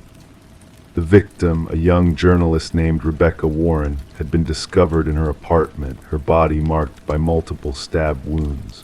Her laptop was missing, her notes scattered like fallen leaves, hinting at a connection between her work and her tragic fate. Despite tireless efforts and countless dead-end leads, the case had grown cold, a specter haunting the halls of justice. And then, like a whisper in the night, the letter arrived at the precinct, a cryptic message addressed simply to the Homicide Division. Few fingerprints adorned the paper and envelope, only ghostly smudges hinting at a careful sender who had shrouded their identity in shadows. But the postmark, that tiny detail, offered a slender thread to follow in the dense web of mystery. Gathering her team in the dimly lit briefing room, Morgan pinned the letter at the heart of the investigation board, a tangible signpost in a sea of uncertainty. This changes everything, she murmured, her voice a hushed melody that stirred the air. Our killer has shown a crack in their armor, a flicker of remorse. Detective James Chen, her steadfast partner in the pursuit of justice, cast a shadow of doubt over the room. Or perhaps it's a ruse, he mused, his gaze fixed on the haunting words scrawled on the damning page. A cruel game orchestrated to toy with us. As the wheels of investigation spun into motion, the unique imprint of the typewriter led them down a winding path to a bygone era, its vintage model a rare artifact of a time long past. With painstaking diligence, they reached out to collectors and antique aficionados, hunting for a trace of the elusive machine that had birthed the chilling message. Delving deeper into Rebecca's life, they uncovered a tapestry of secrets woven into her final days. Her pursuit of truth, her unwavering resolve to expose corruption, had painted a target on her back. A wealthy family entangled in a web of power and deception emerged as a focal point, their dark secrets casting long shadows over the case. Rebecca's boyfriend, Michael Barnes, once a pillar of strength, now stood on shifting ground as the letter's arrival peeled back layers of hidden truths. His demeanor, once stoic, now betrayed flickers of unease, a quiet tremor in his facade. She feared she was being followed. His voice cracked as the words spilled forth, revealing cracks in the carefully constructed facade. And then, as if scripted by fate, a second letter materialized, a macabre echo of the first. The words danced across the page, painting a chilling portrait of regret and betrayal. She delved too deep into the family's secrets, it whispered, a ghostly confession etched in blood. I never intended for it to end this way. The tendrils of investigation snaked towards the mansion of the deceased patriarch, where they confronted the eldest son, Richard, a man cloaked in shadows of suspicion. His collection of antiquities, including vintage typewriters, painted a damning portrait. Each word, each glance seemed rehearsed, a mask slipping to reveal a darker truth lurking beneath. A breakthrough came with the discovery of microscopic fibers on the envelopes, tying them to custom stationery exclusive to the family's youngest daughter, Eleanor. A web of deceit unfurled, connecting the dots between the sinister siblings, their secrets laid bare in the harsh light of truth. A hidden chamber within Richard's home unveiled a trove of damning evidence, clippings of Rebecca's work, surveillance snapshots frozen in time, and a vintage typewriter that whispered of dark deeds. And in that moment, the threads of guilt and greed intertwined, weaving a tapestry of betrayal that led straight to the heart of darkness. The final act unfurled with a crescendo of revelation as Michael's confession shattered the fragile peace. I knew too much. His voice trembled with the weight of his sins. I thought we were just playing a game, but Richard saw it as a threat. Eleanor's hidden recording, a silent witness to treachery, sealed Richard's fate. His words, cold and calculated, echoed through the courtroom, a damning testament to a soul steeped in darkness. And as the gavel fell, a chapter closed in the annals of justice, the guilty led away in chains of their own making. In the quiet aftermath, Detective Morgan approached Rebecca's grieving parents, offering no solace but a whisper of closure in the storm of their loss.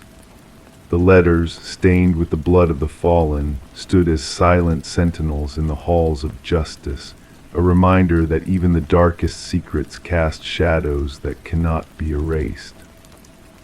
The case of Rebecca Warren lingered, a haunting melody in the symphony of crime, a testament to the power of truth and the fragile veil that separates the innocent from the guilty. And in the stillness of the night, as the world drifted into slumber, the echoes of justice whispered on the wind, a lullaby of closure for a soul finally at rest. Story 24.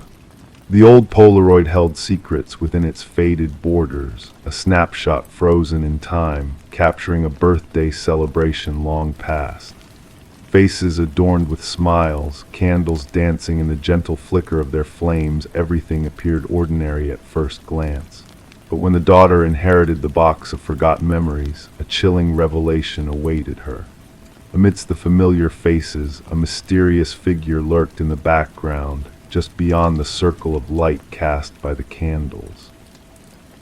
A man shrouded in shadow, his presence unnoticed by those in the photograph. With each passing image, he drew nearer, a silent specter haunting the edges of joyous occasions. Sarah Winters stumbled upon this unsettling collection while sifting through her mother's attic in the quiet aftermath of the funeral. A simple cardboard box labeled Memories unveiled a trove of moments captured in faded hues, a visual diary of family gatherings from her childhood. What should have been a comforting rediscovery of happier times morphed into the prologue of a haunting nightmare. In the initial photo, the figure was but a mere outline, a ghostly silhouette lingering on the periphery of Sarah's 7th birthday party. As she flipped through the series, the shadowy presence ventured closer with each frame. By the third photo, he loomed behind her uncle, his presence ominous yet unnoticed by the oblivious subjects of the snapshots. Trembling with unease, Sarah reached out to her father, the tremor in her voice betraying her fear. "Dad, do you recognize this man in the background of these photos?" A heavy silence hung in the air before her father's response, a sharp inhale signaling his surprise. "What man? There shouldn't be anyone there except family," he uttered, his voice laced with concern. Seeking answers, Sarah turned to Detective Marcus Reed, spreading the eerie photographs across his desk in a dimly lit precinct, rain tapping rhythmically against the windows. With weathered hands, the detective scrutinized each image, his gaze sharpening as he pieced together the unsettling progression of the mysterious figure. A sense of foreboding hung in the air as the shadowy specter crept ever closer to the unsuspecting children in the pictures. Despite diligent investigations and interviews with those present at the events, the phantom figure remained unidentified, a ghostly enigma woven into the fabric of forgotten celebrations. Facial recognition software faltered, the figure skillfully evading detection, a phantom in the family albums. A breakthrough surfaced as digital enhancements unveiled hidden details: a scar, a ring, a ghostly reflection hinting at a sinister past. Dental records provided a crucial link, tying the figure to Robert Keller, a maintenance worker with a dark history of disappearances and unsolved crimes. The chilling discovery connected the dots between long cold cases and the shadowy figure haunting the family photographs. As authorities unearthed grim evidence buried beneath Keller's former residence, Sarah found closure tinged with sorrow. The remains of a missing child were identified, offering bittersweet resolution to grieving families. The shadow in the photographs had materialized into a sinister reality, his hidden presence finally exposed to the light of justice. Alone in her apartment, surrounded by the chilling evidence that had unraveled decades-old mysteries, Sarah contemplated the twisted path of fate. The photographs, once cherished memories, now stood as silent witnesses to unseen horrors lurking in the shadows of time. The invisible figures captured on film, moving unnoticed through celebrations, leaving behind a trail of unanswered questions and shattered innocence. In the quiet solitude of her apartment, Sarah packed away the haunting photographs, a testament to the darkness that can linger beneath the surface of seemingly joyful moments. The hidden figures, like phantoms in the night, traversed through the frozen echoes of time, their presence a chilling reminder of the unseen dangers that dwell within the shadows of memory. Story 25. In the quiet of a suburban neighborhood, a mysterious package arrived for Sarah Miller. Wrapped in a plain envelope, it held a single brass key, weathered with time. Sarah didn't recognize it, but a strange familiarity lingered in the air around her as she held it in her hand. Testing the key in every lock she owned, Sarah found that it didn't fit any of them. Perplexed, she placed it on the coffee table, and in that moment the old grandfather clock in the hallway let out a single, hollow chime, a sound that hadn't echoed through the house in years. Puzzled and uneasy, Sarah reported the strange occurrence to the authorities. What began as a simple incident soon unraveled into a dark and chilling mystery that would shake the very foundation of the once peaceful neighborhood. The responding officer initially brushed off Sarah's concerns, suggesting the key's arrival may have been a mistake. But Sarah couldn't shake the feeling that something was amiss, that an unseen danger lurked just beyond her understanding. Reluctantly, the officer took the key as evidence, unaware of the sinister chain of events it would set in motion. The brass key sat on Detective Robert Harmon's desk, a seemingly insignificant object with an unsettling aura that caught his attention. As a seasoned investigator with a knack for unraveling complex cases, Harmon sensed that there was more to this key than met the eye. Background checks on Sarah revealed a life devoid of suspicion, a retired teacher, a widow with no criminal record or questionable connections. Forensic analysis yielded only Sarah's fingerprints on the key, and the envelope provided no clues except for a generic postmark. The key itself, a standard Schlage, held no secrets except for its worn appearance and a sense of hidden history. A breakthrough came when Harmon decided to delve deeper into the key's origins.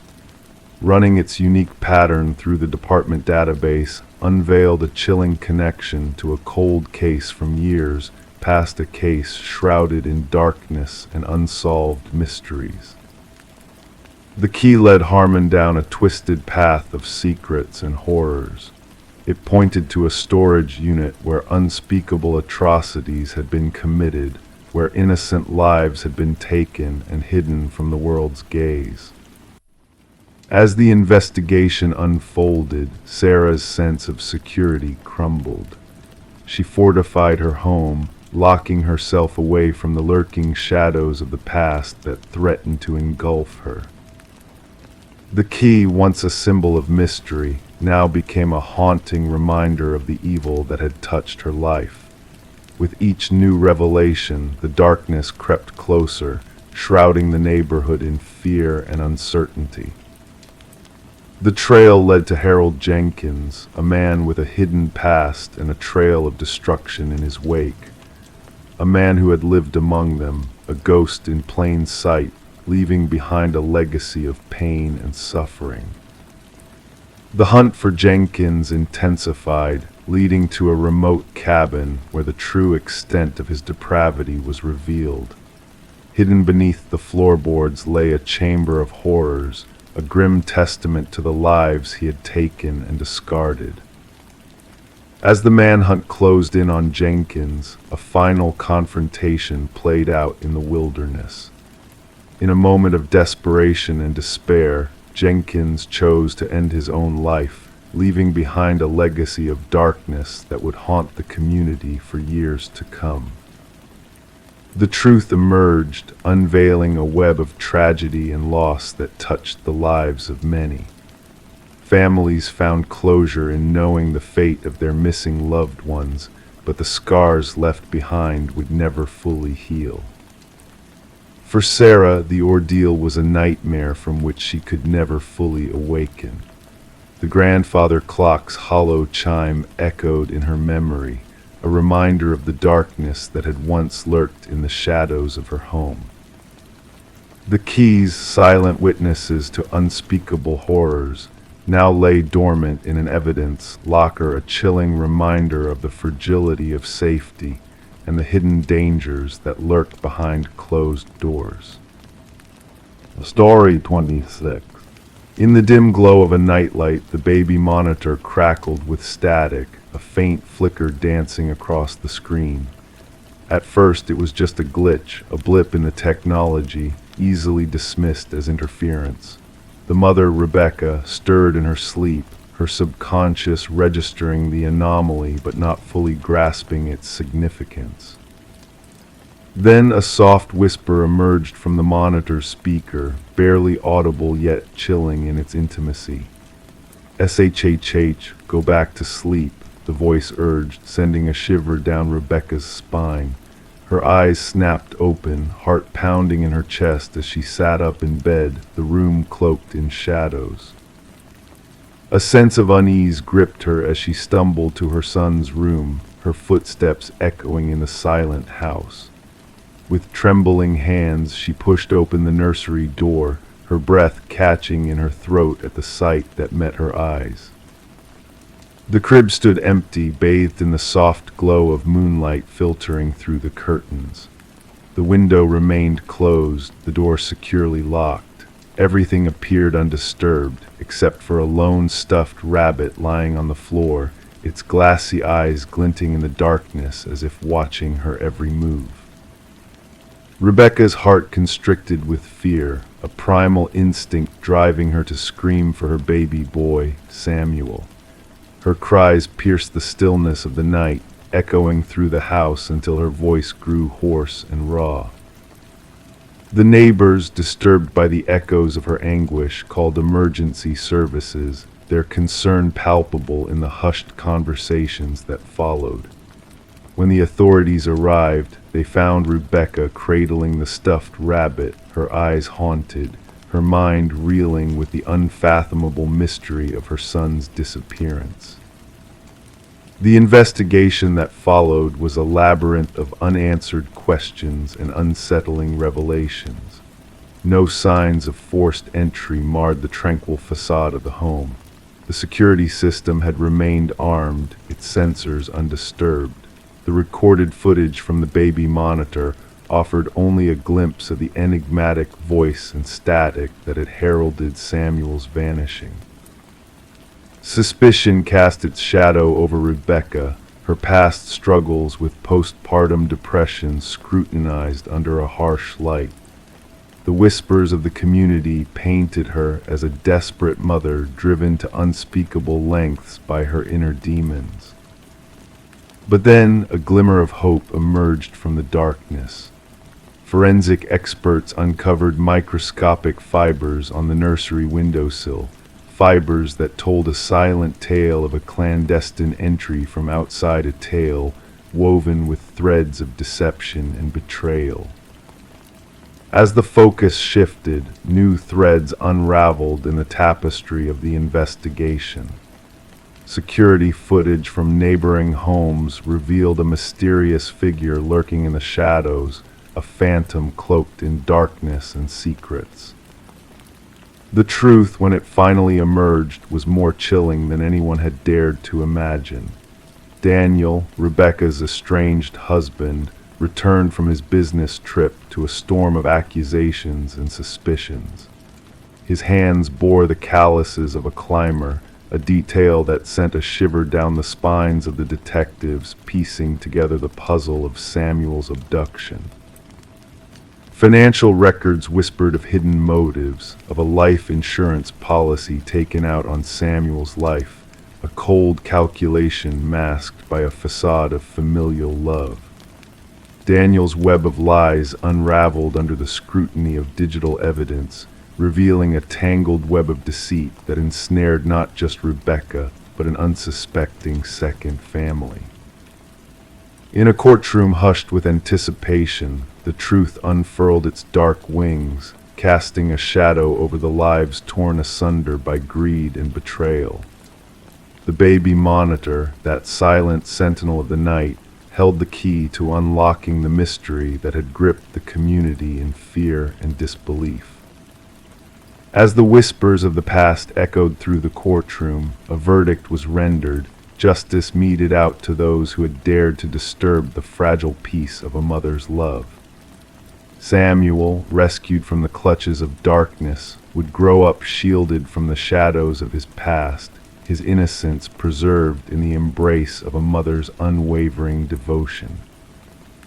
Rebecca, haunted by the echoes of that fateful night, kept the stuffed rabbit as a silent witness to the truth that lurked in the shadows of her memories.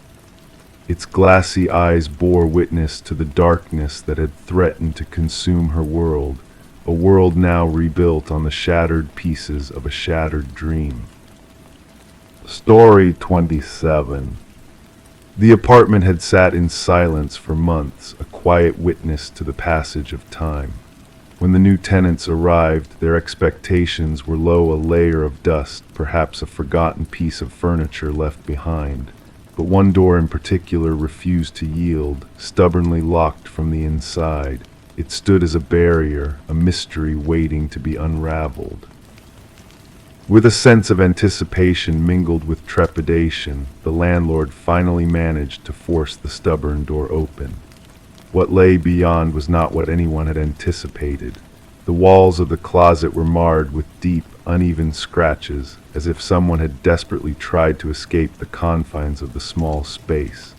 And in the corner, an old flip phone lay dormant, its screen still softly glowing with a single unread message. Detective Morgan Shaw, seasoned in the ways of darkness and secrets, felt a chill run down her spine at the sight before her.